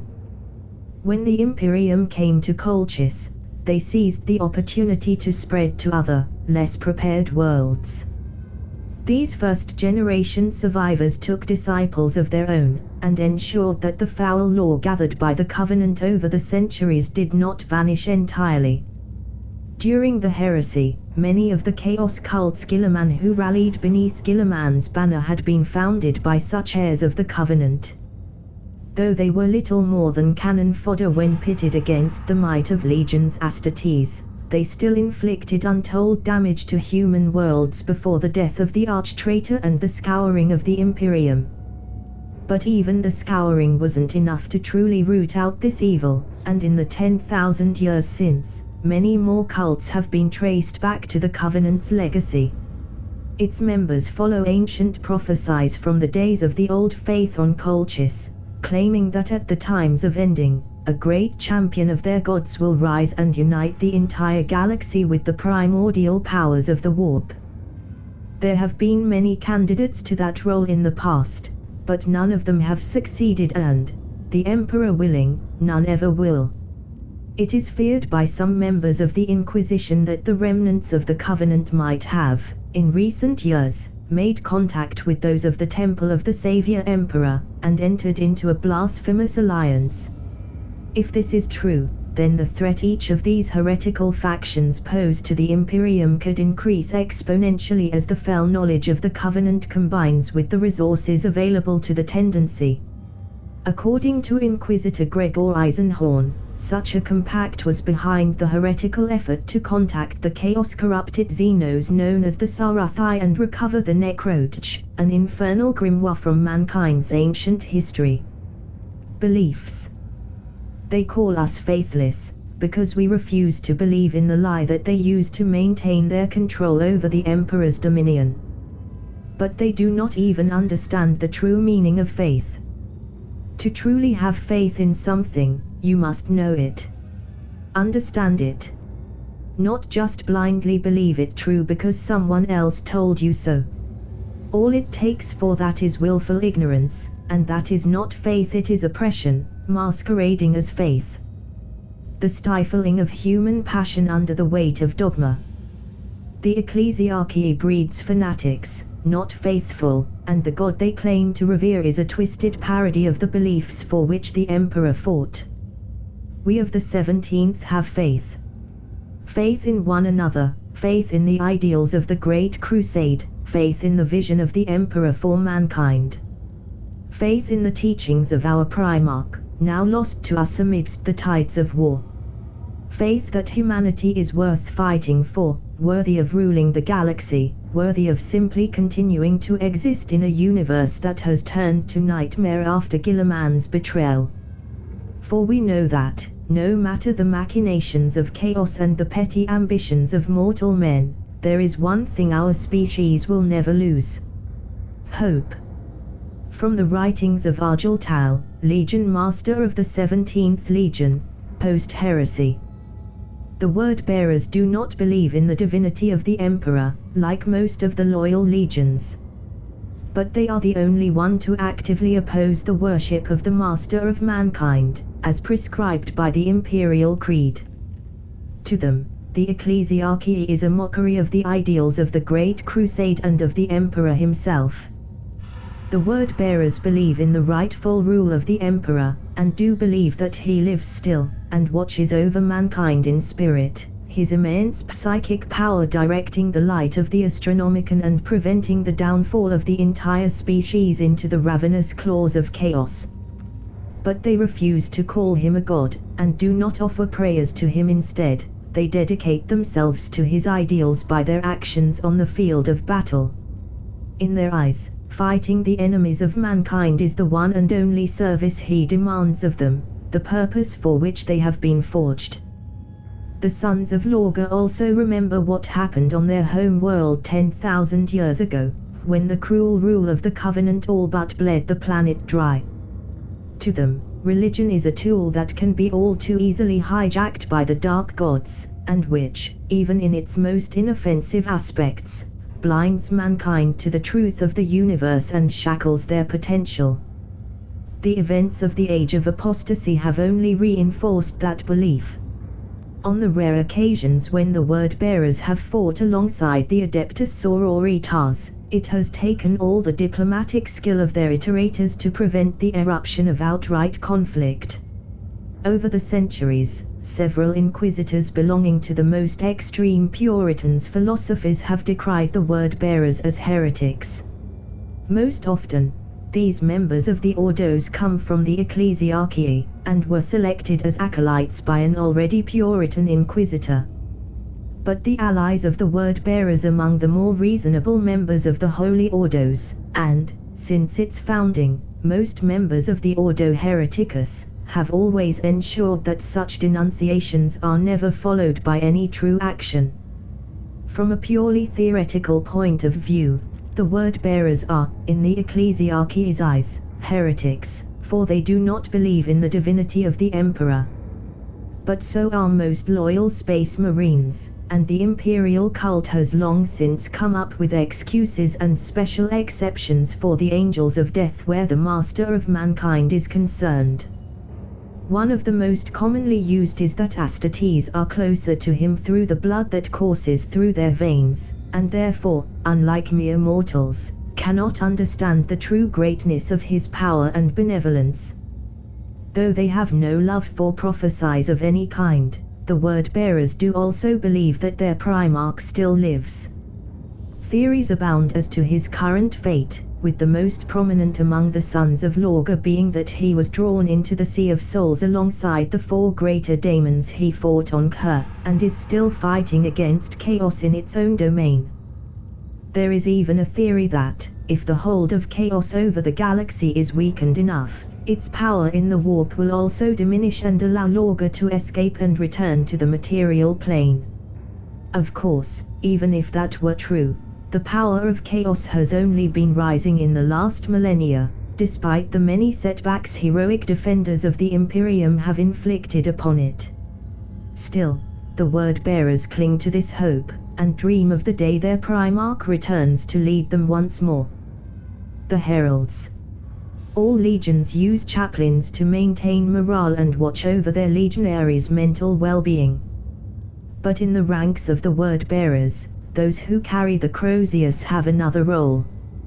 The office of chaplain itself originates from their legion, for it was at the dawn of the Great Crusade that the first black-clad, skull-helmed warriors appeared among the Astartes of the 17th Legion. Only those who had shown the most devotion to the imperial truth were selected for that role, and it was their duty to go to those who refused to join the Imperium because of religious beliefs. Alone, a black-armored warrior would journey to the gates of his enemies, and give them a warning of the futility of their resistance and the erroneous nature of their beliefs. Unlike the iterators, who were used when negotiations were possible, these heralds were only sent to those too lost to the trappings of faith to even consider accepting the imperial truth. Though the herald's dreadful aspect sometimes convinced the opposition to lay down arms and surrender, it was far more common for the envoy to be attacked, and to fall in battle after slaying hundreds of his foes. Today, the tradition of the heralds has remained in the 17th Legion.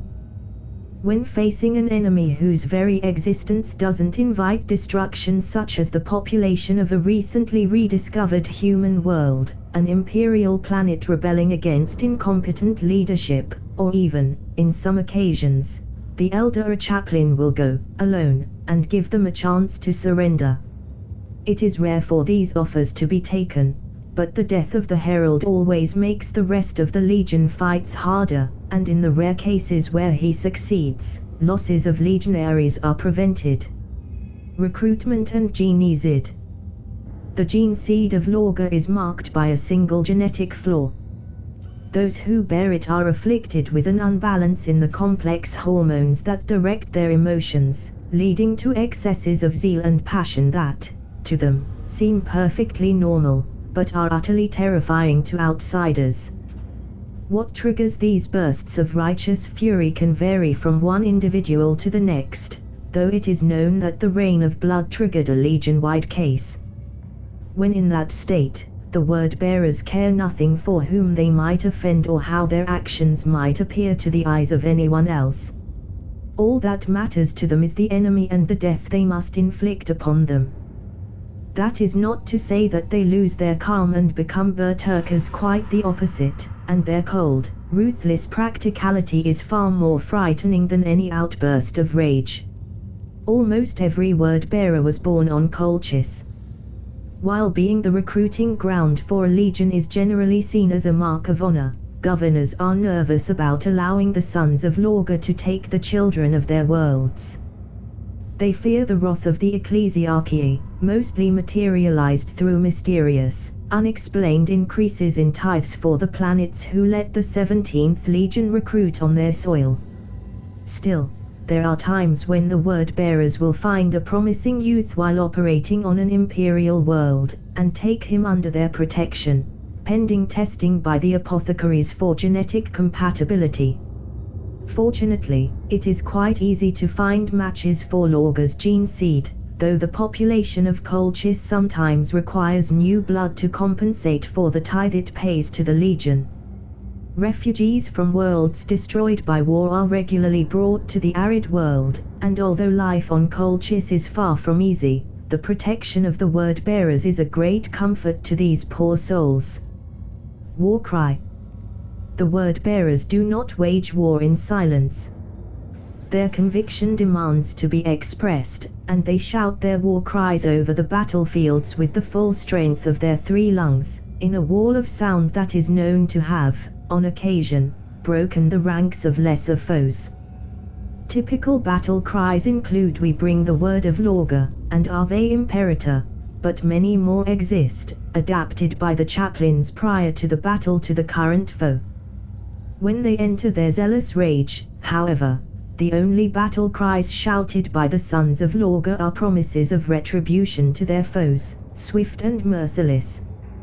The utter certainty in their tones as they bellow their vows over the battlefield has been known to shatter the morale of lesser enemies, and unnerve even traitor marines when they are faced with a charge of the 17th.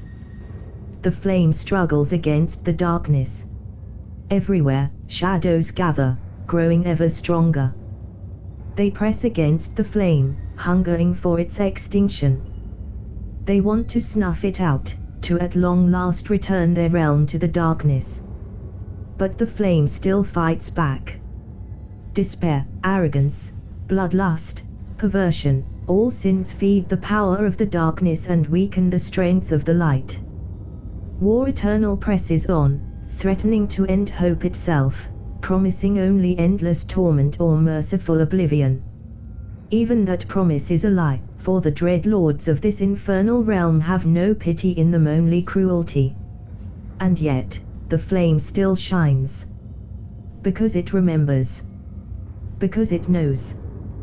There is a greater fire yet awaiting to be kindled. And the day is coming, when the spark, preserved for 10,000 years, is called upon to light up this grand blaze. This is his promise. And so he keeps fighting. Over and over, throughout eternity, until the final hour. Darkness will not triumph. So he has sworn. So it shall be.